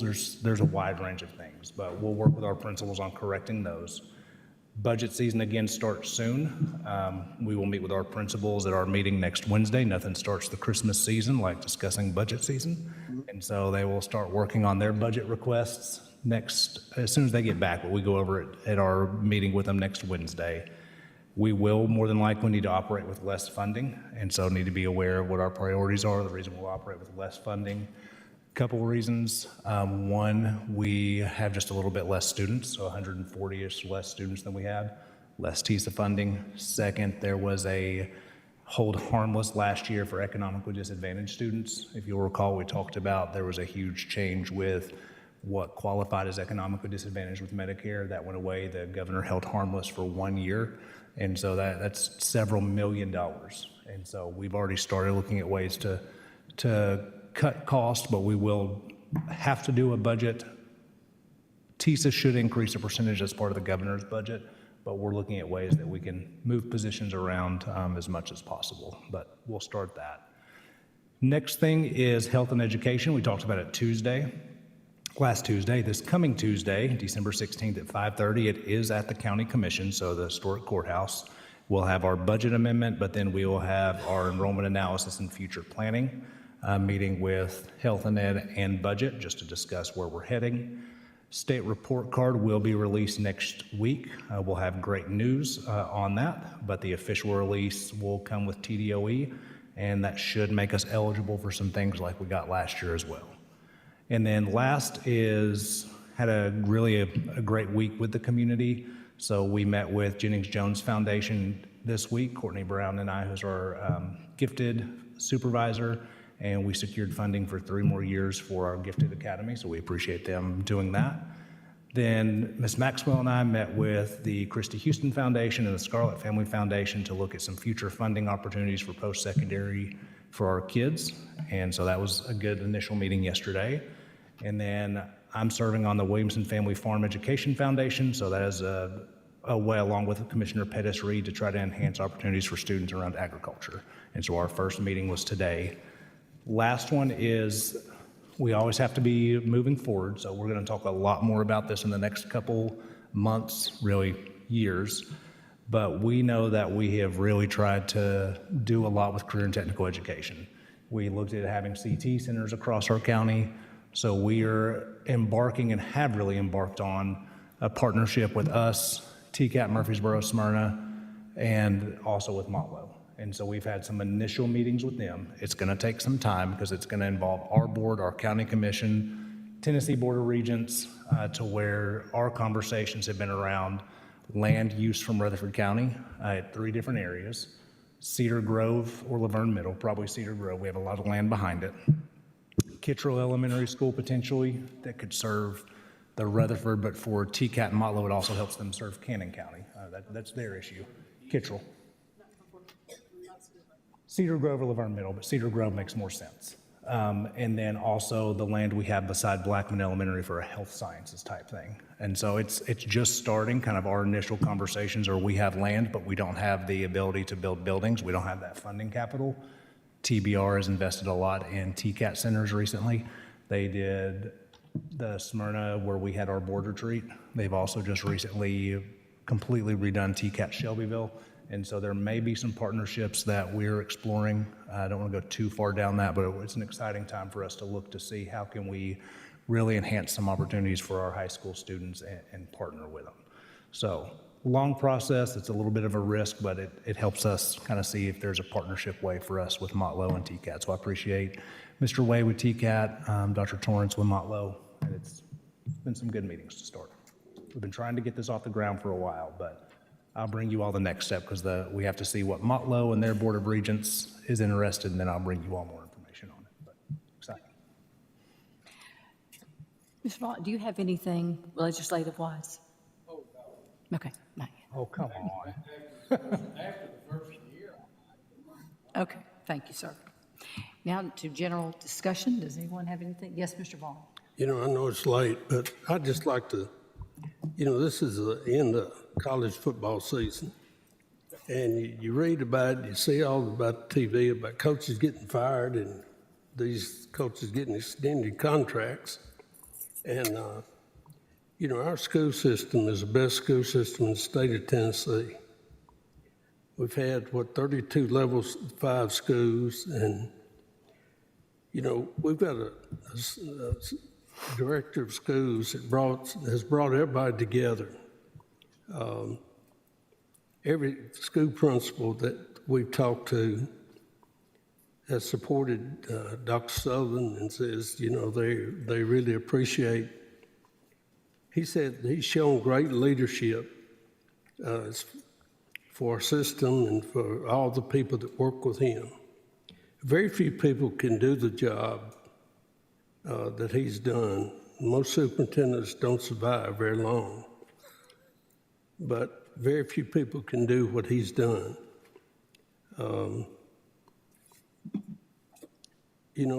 If superintendents don't perform well, they get fired. And,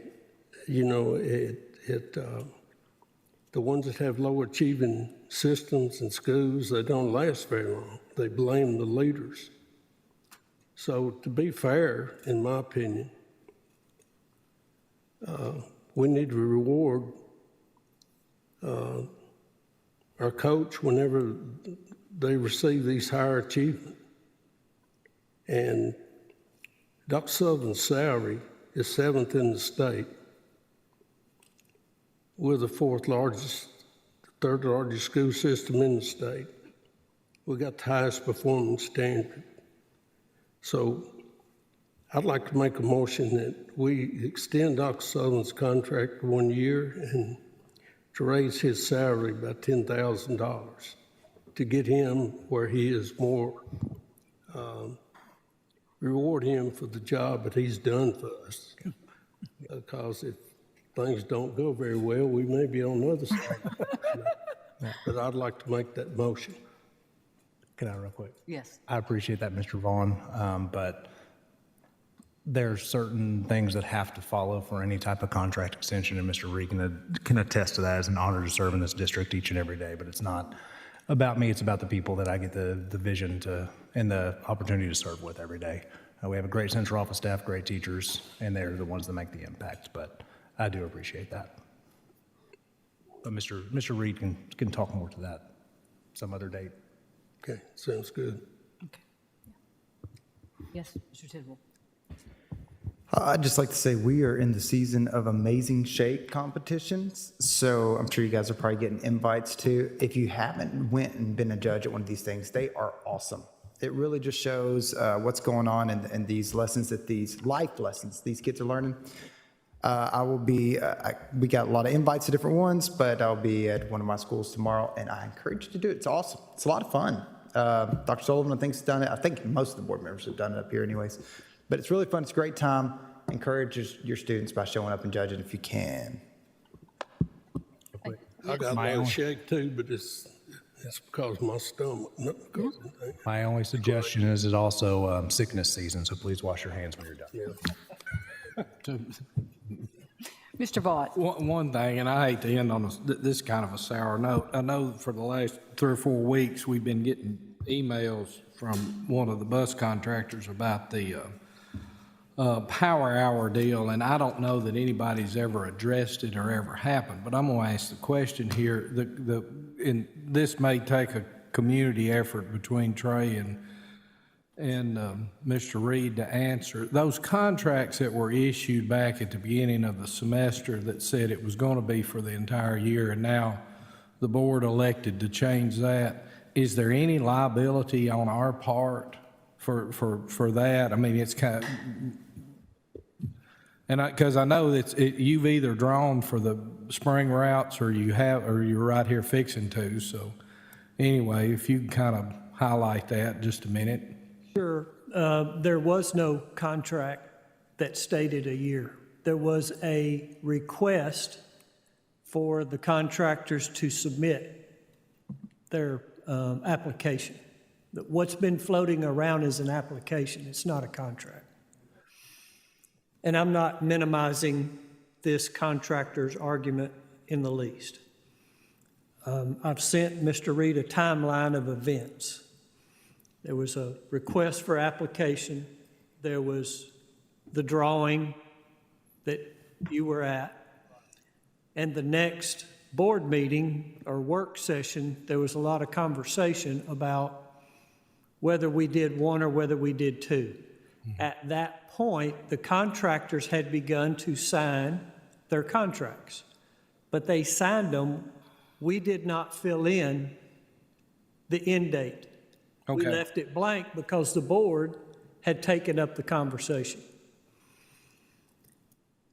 At the conclusion of the board's conversations, when you all voted to change what was on the application, the following day, that information was included, and the board chairwoman and Dr. Sullivan signed those contracts.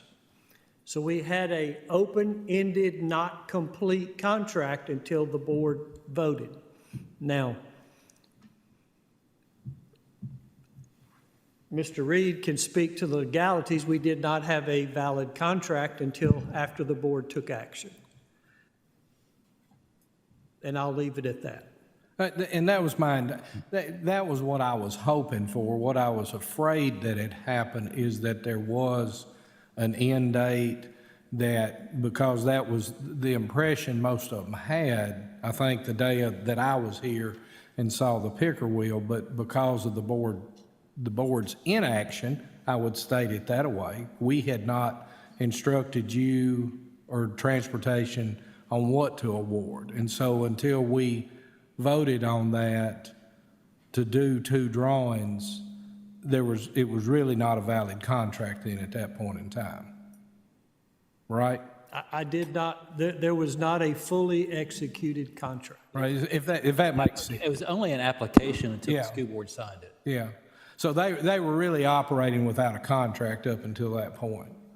Once power They hours had started. signed it and we were paying them. Yeah, yeah. But we did not have a fully executed. I just want to make sure we weren't fixing to double pay. That's, there would be a huge liability on our part if that was the case. It's just we need to outline it better next time if that's what we're going to do, whichever way we're going to do. Anyway, I just wanted to, like I said, I hate to end on a sour note, but nobody had responded back to her, and I felt like that needed to be addressed here before too long. Thank you. Is there anything else? If not, Ms. Darby? Move to adjourn.